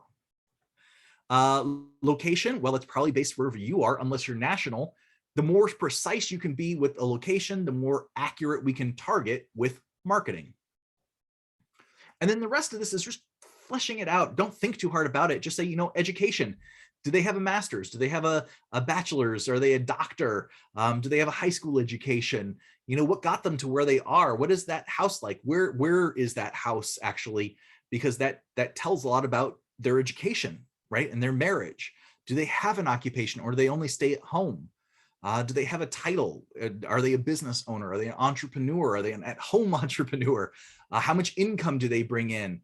Are they married? Maybe they're not. And the spouse, like, how old is the spouse? In this case, maybe he's an older gentleman. Maybe he's in his 40s, right? Maybe he provides for everything. Maybe he has kids from another marriage. We think that that stuff doesn't have a bearing. We think that that is just imagination. But the truth is that these people are out there. Of the billions of people on planet Earth, about 3 billion are online, and we can find them. So the more that we know, the more that we have some of this, the more that we can kind of create this knowledge pie of all the stuff that we just throw into it.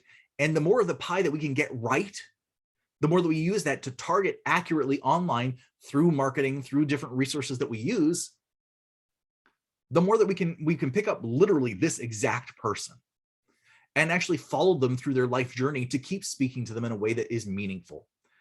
Another thing to do, what do I enjoy? Ask yourself, what do they enjoy? What kind of hobbies do they like? Foods, news, entertainment, books.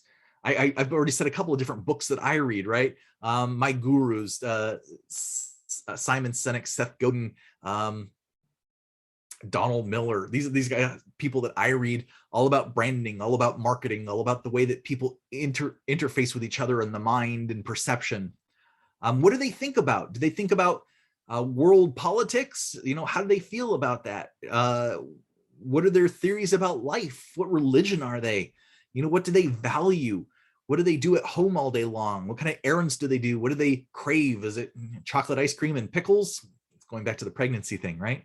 That was the story when I was growing up. My mom always craved chocolate ice cream and pickles. So go figure. And then who am I? It's a great opportunity to kind of find a picture online that represents who this person is to you. What do they look like? What kind of clothes do they wear? And again, this is just building out the whole idea of a profile or an avatar so that we can use that in marketing. And it really helps for branding because we start to identify this person is the type of person we want to speak to. And when we start to know that, then we can actually say, okay, is this, here's a good one. Is this a match to the archetype that we chose? Or do we need to go back to one of those other, I'll pop this up again, or do we need to go back and choose a different archetype? Is there a different archetype that fits where this person is in their life, what they are experiencing, and what they need to do to take the next steps? Is my brand, if my brand is that idealist, is that going to be good for this person? Or should I approach by kind of framing my brand in a different way? Would it be better as a caregiver, right? Probably not, because somebody saying, I'm going to come in and take care of you, take care of everything that's done, take care of all of this, kind of inspires in me a little as a gardener, right? As a landscaper, someone coming in and going, I'll just take care of all of it. Don't worry about it. I'm just going to make sure you just stay in and just take care of all that. It makes me a little unsettled. I have trust issues around that. So that would require a lot of testimonials and referrals actually for me to feel comfortable. And that's how we look at this stuff, right? We have these emotional feelings based on the things people say, how they present themselves, and archetypes are part of that presentation. So with this, again, this is mostly based off of the archetype plus these customers from afar. And in this process, at this point, you have now really developed an idea of who they are, your archetypes of how you're presenting yourself to them, the perception of, right, that axis of perception, the differences that make you unique. You're presenting that through the lens of your archetype to your customer, who is, the customer from afar that we've detailed up their pains and needs, We've also detailed out a little bit more about their life so we understand what's going on. We make that connection by presenting things, understanding that they are seeing the world through the lens of their perceptual archetype. That allows us to continue then and tell a story that is effective to them. And here's what the story looks like.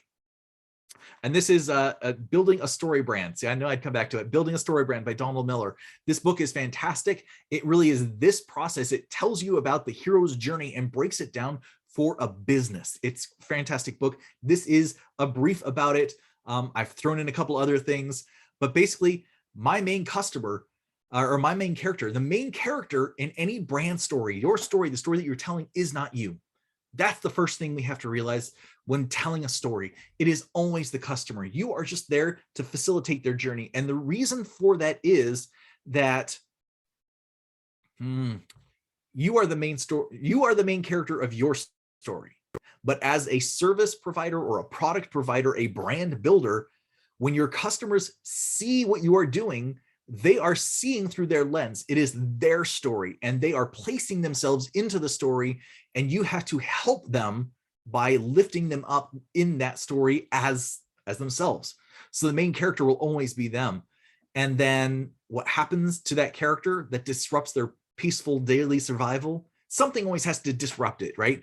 That's the reason. There has to be some sense of conflict. Without conflict, people don't create the pain. They don't create the anxiety. They don't create a need for the solution. So what happens? Well, in the story we told earlier, the landscaper is needed because like the community, the HOA is coming to the house and saying, look, your landscaping sucks. Your trees are overgrown. Your grass is overgrown. You need to do something about it. And this person is struggling because they don't want to buy the mower. They don't want to buy the equipment. They don't want to spend the time. Maybe they don't really know what they're doing, right? So it's easier. What does the character think that pushes them to react? Something happens in every story that creates a shift. And it's pushing over the edge, right? In this case, it would be the HOA, because the person can come home every single day and see the lawn growing. They can see the trees growing. They can see the bushes growing. They can think, oh, I need to do something about that. Oh, I need to do something about that. But it isn't until they hit a fulcrum, a point of transition. It's that seesaw, right? If it's like, or is it? Yeah. It's like this, and then it goes up and up and up, and then it hits that point of pivot, and then boom, it drops. That's when something needs to be done. Something always has to happen, and you have to show it through this story. You have to tell, sorry, not show, you have to tell people, look, here's what this looks like, and then you need something. In branding, a lot of businesses start out kind of slow and grow and grow and grow, and they're doing this testing themselves. They are doing market testing. They are doing product testing. They are connecting with their audiences, and at some point, and I tend to find it's somewhere between $1 million and $5 million annually, that the business goes, people don't believe how we look. People don't believe how we sound. It doesn't match. We're trying to do new things to get attention. Profits have just hit a plateau. Things are not going right. And we need, here's the trick. People often go in branding. They go, oh, well, I need no more marketing. Oh, well, I need more, I need a funnel. I need a coach. I need somebody to get me through this, right? They know that there's a pain and they need somebody. And this is actually step 4, a guide for my brand, right? A guide in this case is your business, right? You are the guide for your customer. A guide helps my character make a plan and challenges them to action. So those companies that are like, look, I should feel like a really successful company, but I look like a dumpy company. That's a challenge. I'm not really connecting with my customers anymore. I've hit this level of business and I kind of need to expand who the customers are. I need to connect with new sets of customers. I need to tell my story better because right now it's just like about the services. I need to create some internal like movement. I'm not sure what to do next to get my business to the next level. That's all the stuff that I help solve. And what we're doing right now is part of the solution. It is creating a plan. And then the next step is the challenge. It's creative alignment. It's the next step in the process, right? It is creating the pictures that go with all of these words. It is, and then creating a website, creating funnels, creating marketing, creating ads, creating all the things that take that plan and put it in action so that it starts to actually grow the business. That is That's what it's about. In this case, I am the guy. I am Obi-Wan Kenobi, right? You are Luke Skywalker. You are Rey. And in that case, I'm Luke Skywalker. It's kind of a funny one, right? And we're challenging you. We're helping you. This is the plan right here. These are all the steps in this framework to build the plan to take the next step. And when you work with me one-on-one in this process, we are just building it together, nailing it down.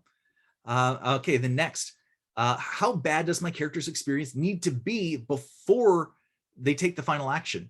So in my case, if you're watching this video or if you purchased this and you're going, okay, I'm learning all this stuff. If you don't get it, if you aren't able to implement, if these things, when they come together, don't make sense to you, how bad are you willing to let your business get before hiring somebody like me? Before hiring me? How bad can things be before you're like, I need an expert who looks at this stuff and works through this process basically to help me tell my story, connect with the right customers, and start doing the right actions to get me out into the world?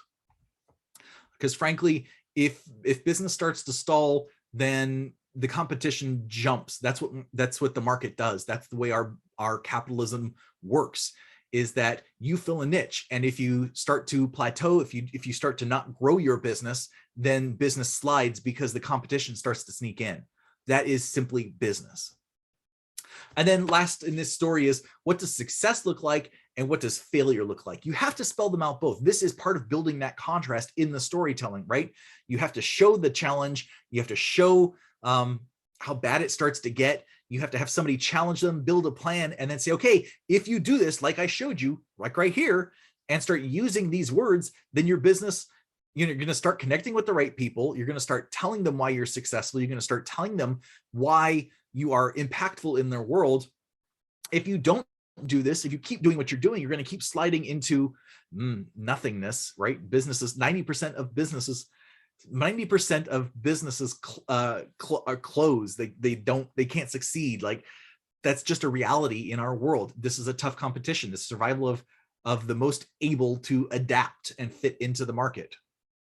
So when you put all of these things together, then we actually can write your story based on all these brand attributes that we're talking about. Speaking about brand attributes, now is a fantastic time.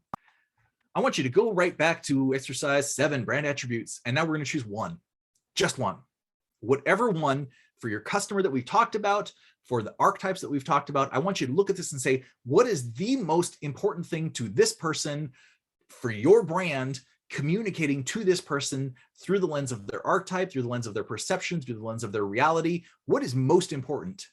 And you're going to do the same thing. It should be pretty quick. In the impact attributes, I can practically hear pages flipping back and forth if you've been writing in person or scrolling if you're doing this on the computer.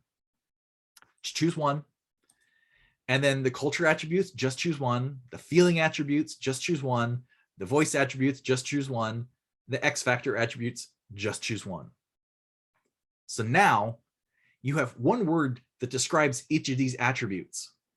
You have the customer profile, who they're like, how they see the world, their pains, their needs, their wants. You even have their archetype, like, which is a perceptual thing, how they believe and see the world around them, how they interface with it, right? And you can use all of this strategically to write this brand story about their experience and how when you show up, you can help them solve their challenges, solve their problems, solve their pains, solve their wants and needs by basically saying this story. Look, if you are a woman who is at home, who is, a mom, or maybe you're pregnant and you can't go out, or maybe you're working from home and you need to get the landscaping done, you need to get all that stuff done, I can come in, we build a plan, we do the work together. If you don't do this, the HOA is going to charge you. If you do this, your landscape looks great and it's a reasonable price. We do it quickly. Quick story, same format, same everything that we've been talking about, just dropped into this structure, right? So the last part of this, and I've got 10 minutes left, I'm going to try and cover this quickly, is revenue priorities, awareness priorities, and efficiency priorities. And for each of these, this is going to look a little bit different for everybody here, and that is absolutely fine. Okay, every business is unique, like every person is unique. Every business is the same, like every person is the same. We are all generically the same. We are all very, very different. So what you're going to do is on the lines here, you're going to write all of the things that you do that make you money, that bring money into the business, like things that you sell. You're going to list all of them. Like for the landscaper, okay, maybe you charge one price for mowing the lawn. Maybe you charge another price for, and that price for mowing the lawn is mowing and cleanup, right? Or you can break it down to mowing is one price, cleanup's one price. The more you break things down, the more that people like to challenge costs, and because it adds up in their head and they're trying to create a simple, our brains like to understand simple things. So, you know, what we want to do is look at opportunities for revenue. So maybe landscaping looks like, you know, we'll mow, do the bushes and trees, or maybe we'll do the lawn and bushes and flowers on a twice monthly basis. Trees would be a monthly basis. That's an additional revenue. We'll plant flower beds in the spring. We will till the soil. We will, right? There's lots of different things. You can add on new, maybe it's weekly, not twice every other week. Maybe it's monthly, right? There's different packages you can put together. And here's the place where we can think through the packages. But you can also do extra things like putting fertilizer in. I'm thinking of that landscaper again. Maybe it's, you know, sell my, maybe there's a custom branded lawn product, right? Maybe you developed some chemical engineering, or you have a license on a single type of thing. You can put that in as something you sell. And then the next one is awareness. Where are you in the world that people see you? And that could be a Facebook, that could be a marketing, marketing's too generic, just too generic. So Facebook page, Facebook ads, Google AdWords, right? All these things that bring awareness. This is your marketing list. This list will become your marketing strategy. This is saying, here's how we get out into the world. And then last, efficiency priorities. So this is internally, how can we create efficiency around the systems that we have? And this could look like automation. This could look like funnels. This could look like, thanks to the internet, like so many different things connect and make it easy to take your eyes off of things and have customers come into you automatically. This is talking about some of those sorts of things, calendar signups. So once you've got all that stuff, I'm talking quickly because I'm trying to get to the finish here. We've only got a few minutes left. I'm probably going to run a little bit over. Those who stick around, great. If you don't stick around, I will post the video so you can catch the end of it, whatever you missed. Maybe I'll slow down a little bit, take another drink of water.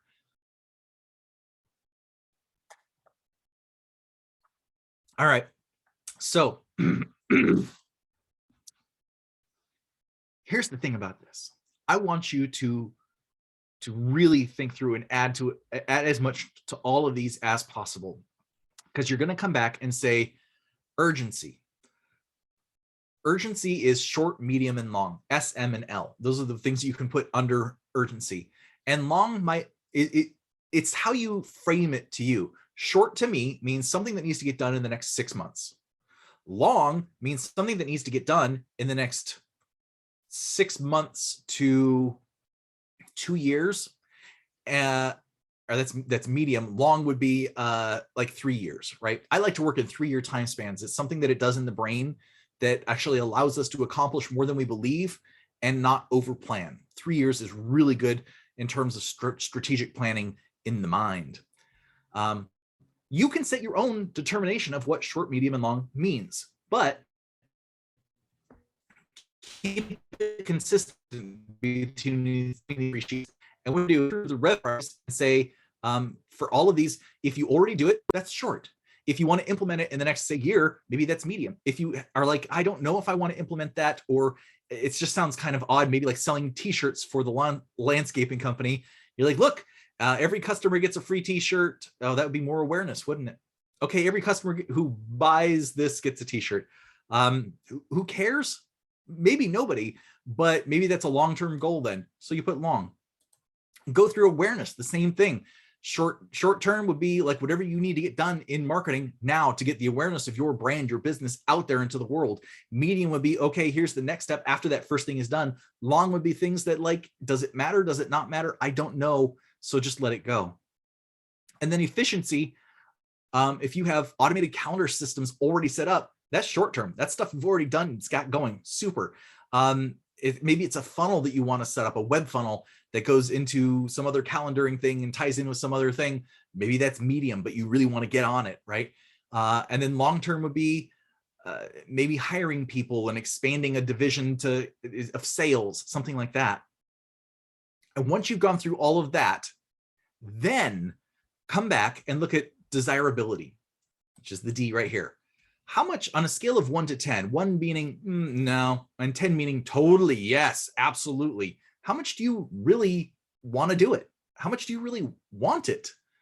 You know, for revenue, again, weekly services versus twice a month services versus monthly services. Desire weekly, yeah, maybe a 5 or a 6. Bi-weekly, maybe an 8. Monthly, maybe a 3, right? It's not as important monthly, but the balance of those 3 could get you filled in with different, you know, if you have packages built around those, that gets you filled in where you can set your schedule with different companies in different ways. It's just, what do you desire out of it? How do you see your business running? And then do the same thing with awareness. Do you want a Facebook page? Do you want a Google business listing? Do you want Facebook ads? Do you want YouTube? Maybe some of those you absolutely want. You're like, yes, 10, 10, 10, 10, 10. And when you look at it, you're like, okay, well, short term gets a 10, medium term gets long and 10, and long term gets a 10.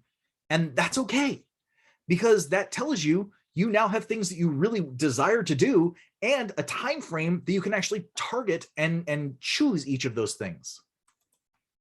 And then efficiency, you know, same thing. You know, how much do you desire each of those things?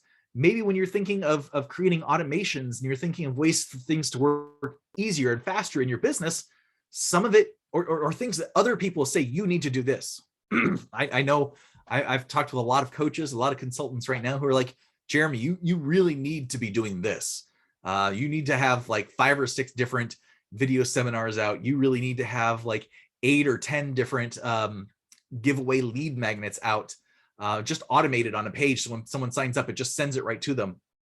My desirability on that stuff is pretty low. So I haven't made it a priority to, even though it could be very efficient for me to get, you know, who I am out into the world, I make it a lower priority because of my low desirability.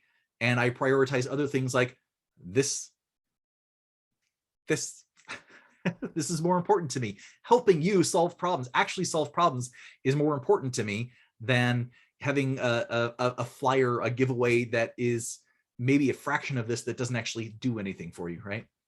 Okay, so the next to last step of these 3 sheets, like this is the reason I do them all together, because it helps to go through and set your mind to brainstorm once, go through and judge urgency once, go through and judge desirability once on all 3 sheets, and then go through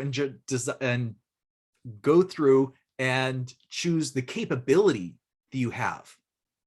Individually, we are limited by capabilities, but we have networks of people who are capable of doing each of these things. And the question is, do you need to expand your network? Do you need to meet more people? Do you need to reach people who are experts in those things? Or do you already have that? So on a scale of 1 to 10, 1 meaning you have no capability, you have no ability currently to do it. 10 meaning you have either in-house or hiring somebody, you know the exact people to make that thing happen. So that's a 10. Go through all of the stuff. Revenue. Do you have the capability to set up different service plans? Absolutely. 10, 10, 10, 10, 10. Do you have the capabilities to actually do the work? Are you doing it yourself, or do you have workers doing it? I'm thinking of that landscaper again, right? I'm jumping right into that idea again. You know, so just figure it out. Is it a 5? It is an 8. And then on the awareness, same thing. What are your capabilities of putting together a Facebook page? Maybe that's pretty high, right? What are your capabilities of doing a Facebook ad campaign? Maybe not so high. Maybe that means, you know, you are capable of figuring it out, right? All of us are capable of sitting down, watching any of the hundreds of videos out there that show, here's what you do, here's how you optimize, here's how you prioritize. that's a lot of investment though in teaching yourself how to do it. So maybe the capability there is, yeah, I'm at a 5 or a 6 because I know I am capable of doing it, but I would rather hire out somebody. So I'm not at an 8 or a 10. I don't know those exact people. So, right, that's how I look at that. If there's no way that I'm capable, I don't want to earn the skills, I don't have the time to learn something, that would put it lowered at like a 2 or 3 maybe, versus something more where you're already connected. You already have a marketing agency that can do it. That's like an 8 or a 9. Like, just hire them and do it. And then efficiency, again, do you have the skills in-house? Do you need to hire out? Can you do it yourself? 1 being low, 10 being high. What is your actual capability? And then after all of that is done, only after all of that is done, come back and do the equals. And what you're just going to do is put S, M, or L and carry it across, and then add up those two numbers. So the desirability plus the capability. And that will tell you, that is literally altogether revenue priorities, what you should be doing short, medium, and long term based on the highest number first. That's what you need to implement right away. The next number down is the next thing you need to implement. If the first thing you need to implement is a bi-monthly plan followed by a monthly plan, then do it, because those will both be short term. If medium term is landscaping services, and then long term is the licensing of some special formula for something, then you now have a scale, a ranking of priorities to focus on as you move forward to grow your revenue. As far as awareness, when you add these up, this becomes your marketing plan. This becomes what you need to do to get the awareness of your company, your brand out into the world. So an S20, if you've got a couple of those are the things you need to do right now. Those are the super important ones in your mind that you need to focus on, or hire somebody to do. You don't like capability, right? If the capability was a 10, that means you're ending up with a 20 at the end. A desirability of a 10 and a capability of a 10 is a 20 at the end. And S20 means that you desire it, you are capable of it, and it needs to happen in the short term. So you just do it. You make time, you find the person, you hire them, and you do it. And then the longer out stuff is you just start to plan. This is, like I said, it's a marketing plan. That's what it is. It's fabulous. And you get everything you're working for at that point. You do a lot of brainstorming too. And then efficiency, this is what you can do to either hire people or get your business tighter, right? And I had somebody ask me once in doing one of these sessions for an executive management team. We were about 13 of us, and we were doing all of these 3 exercises. And he said, I don't understand efficiency, because don't we want profit? Isn't profit the thing we want? I don't care really about efficiency if I'm sure the company gets profit. I said, okay, let me reframe that just a little bit. You want to make sure that the goal that this entire team wants is profits. So if we increase revenue and we find more ways to increase revenue, we brainstorm all the ways you can make more money, and then we guarantee that people through the awareness are seeing the brand, that's what helping increase the revenue, right? And you're not really changing a whole lot else inside. Your systems are getting set through efficiency. Then what we're doing is we're creating a bigger gap between what you're paying for lack of efficiency and the revenue that you're bringing in. The difference between those two things is your profit. That's how this works. We are making awareness grow. We're building this relationship with customers so that they want what you buy, and maybe they'll buy more because of it. There's only 3 real ways to grow money. That's get your customer to buy more, charge them more for it, or have them buy more times over time, right?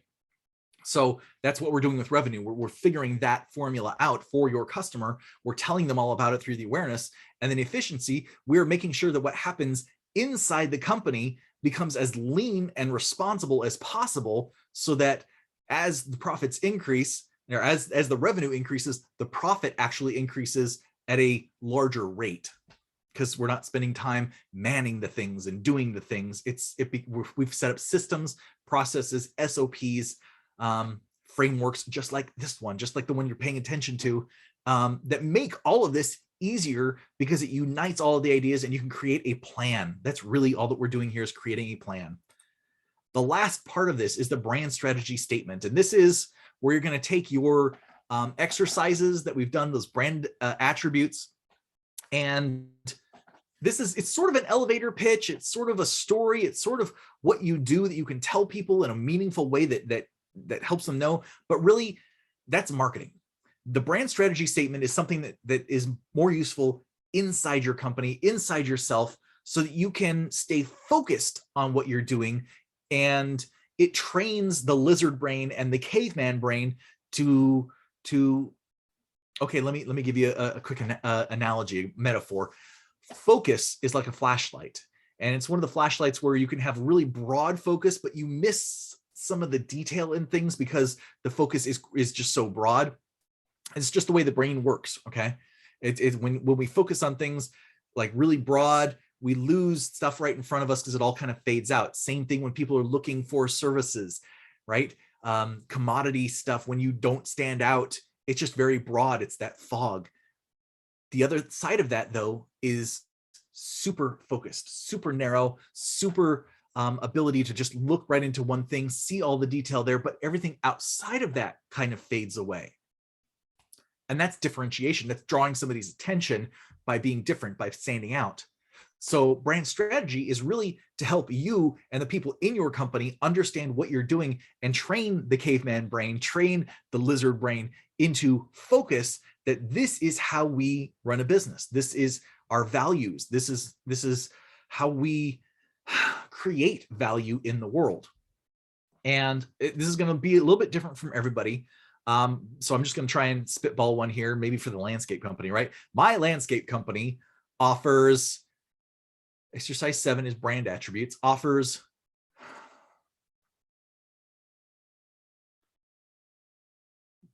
to the pregnant lady or the mother or the at-home woman, what brand attribute offers exceptional, premium landscaping, offers reliable landscaping? Somebody like that, maybe they want reliable landscaping. So reliable landscaping to stuck at home moms. I'm replacing exercise 8 customers with stuck at home moms, maybe, right? In a exercise 11. What was exercise 11? Like, this is why I have it in a book, because I'm like, I have to remind myself, what were each of these? Culture. Okay, so we offer at home, we offer reliable landscaping to at-home moms in a culture environment, in a idealistic environment. Can we use our archetype in this, maybe, right? In a friendly environment, right? With a oh, that's the voice, the tone. In a, how about friendly tone? We offer it in a supportive environment, right? My landscaping company offers reliable landscaping to at-home mothers in a supportive environment with a friendly tone, unlike our competition, right? Here's the contrast. The brain functions on contrast. So we're going to go ahead and create part of the story by creating a contrast. Unlike somebody else, unlike everybody else, we exercise 16 is X factor. Okay, so unlike everybody else, we let's use that the solar one, right? Unlike our competition, we power all of our equipment via solar battery, solar sourcing, solar power sourcing, helping customers feel. Exercise 13 and 10. What is 13 and 10? So this is me. I love playing with this, feeling attributes and impact attributes. So helping customers feel environmentally friendly and be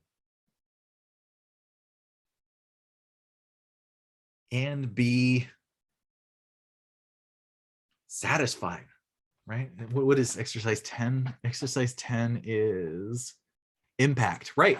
Well, satisfied could be one. We would want our customers to feel satisfied as the impact that they're done. Proud, maybe, right? Proud, maybe they feel maybe they feel excited because of that solar thing, and they're proud of their property when they're done. See how this feeds into the story thing. The more that we understand that story, the more we can make a brand strategy statement that is very supportive, and it's almost united with that story. We can blend these two things as we start marketing. This becomes the core of our messaging, both that story and our brand strategy, because we can use our attribute words. We can actually use our expanded attribute words, which were the 3 for each of the topics, to build these statements. And honestly, what I love to do is pull out dictionaries and start looking up synonyms, antonyms, homonyms for different words that fit these attributes, to see if we can make puns, if we can get other plays in some of this stuff that make it worthwhile, because this statement is the emotional core. These attributes, these values are the emotional core that appeal to the caveman brain, that appeal to the limbic brain, that then through the services, the features and benefits that solve the pains and the needs, actually become the justification that somebody uses your business. So where do we go from here? What is the point of all of this? The point of this is that once you have the words to communicate, then it's easier to talk about your business. You're not going to feel flummoxed. You're not going to feel dumbfounded. You're not going to feel at a loss for words. You're just going to say the words that you know, because you can identify your customer more easily, more precisely, because we've already gone through these exercises. You understand you have a value proposition, which is literally, it's telling people what you do in a way that is valuable to them. But that means you understand who them is. That's your customer. And all of this is just an exercise to be able to tell this story. Whoops. So we're uncovering the right words to communicate. So the next step of this is the creative alignment, which is creating the words and the pictures to communicate, and then scaling that. So what that looks like is, here's work I did for Bartender. This is Siegel Scientific. There's a software company for Bartender. The heart of the value chain transformation, design and print almost anything, the world's most trusted software for all of these things, right? This is what we came up with. This is who they are. And then again, you can see we used colors that reflected that through creative alignment. We figured out what colors were meaningful, what colors were different than anybody else in their market was using. They used a lot of reds, a lot of greens. So we went blue. We went really nice blue to really help them stand out. We did a lot of internal campaign stuff that still feels like it represents the brand. And that allowed them to grow huge marks, open up several businesses overseas in different countries. This is Taiwan. This is in Bellevue. I think one of these is Madrid. And then like put up the signs, just really it feels like it's a united look and feel. And that's what branding does, is it creates consistency in the look and the feel, so that everything that's put out has consistent message, consistent look, consistent feel. And Kraken's Cup was the next one. So I'm just going to run through some of these examples. Kraken's Cup, again, just kind of creating a consistent look and feel. For anybody who's interested, you can comment on this when I post it online, or put it in the comments. I have a portfolio that shows some of these things a little bit more, a little in depth. There are case studies in your brand book, that PDF that you downloaded that we've been doing the exercise in, case studies for each of these companies in there, showing examples, showing the steps that we did to get here, creative alignment. This is the outcome though, like creating stuff that looks and feels right for that company, for that brand, for everything going on with it. So here's the deal. If you want this for your business, if this isn't enough, if I did this too quickly, if you watch the video and you're not quite getting it, or you can't think of the right words, you can't think of the audience, you can't think of the stuff. If you want the base level, my power story, this process exactly for you, for your business, for your brand, you can schedule a free alignment call with me at thinktankcreative.net. An alignment call is just you and me sitting down saying, well, what are you trying to get to? What do you need? Have you gone through this process by yourself? I want to know if you've done it yourself. I want to know if you've tried, if you've come up with any of the words. And then, maybe we can schedule working together. And if you're targeting the whole website, if you're looking for the whole big picture, social media, branding, all that kind of stuff, this is where we start. This is what it looks like. So you schedule a free call at thinktankcreative.net. That's a picture of my homepage right there. So that's what you should see. connect with customers. That's what we want, right? And that's about it. And here's the thing about branding. You got to stand out. You got to be something different. You got to catch attention. You just got to be you. You are magnificent. You are wonderful. You are individual. You are like other people, but you're not. Your business is just the same. It's like others, but it's not. It's different. It's yours. It's unique. So I want to implore you to be bold, be fearless, and be brilliantly you. But most of all, just be you, because that's your brand. And the more that we can put the right words and the right pictures to show other people that this is you, that this is who you want to be, then that's branding. That's brilliant branding. That's bringing it all together in the best way, I think. So that is it. That is everything today. That is the behavioral. That is the start of the behavioral branding process. That is my power story. At this point now, you should have an axis of perception, a perception that is contrasting enough that it catches attention. You should have archetypes for both yourself and for your customer. You should have a pretty good idea, a description of who your customer is, what their pains, needs, and wants are. You should have an idea about their life, their age, their look, their feel, the things that they like. That's important because we use that to target them in marketing, to help understand them, to help understand and empathize with them and everything that's going on.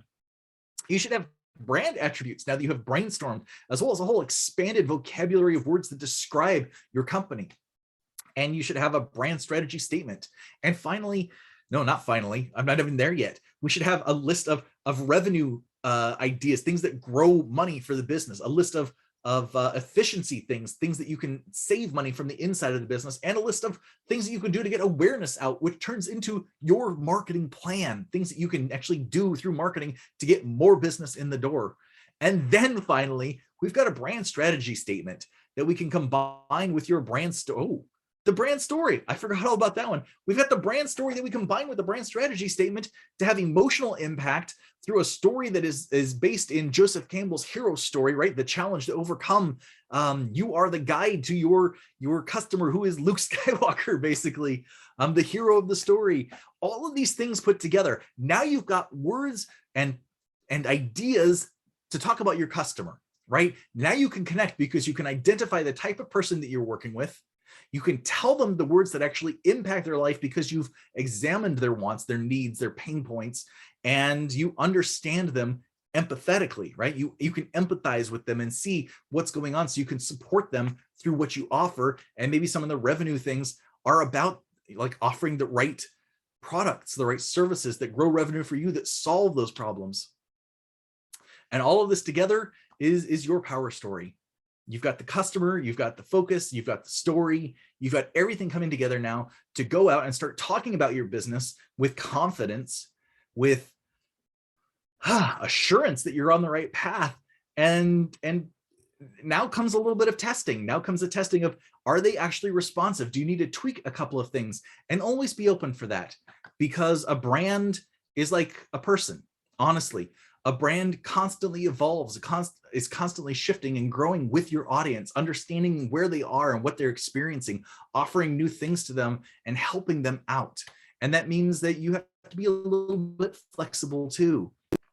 The great thing about a brand, just to sum this all up before I sign off here, the great thing about a brand is that a business is like landscaping. A business is like logo design. A business is like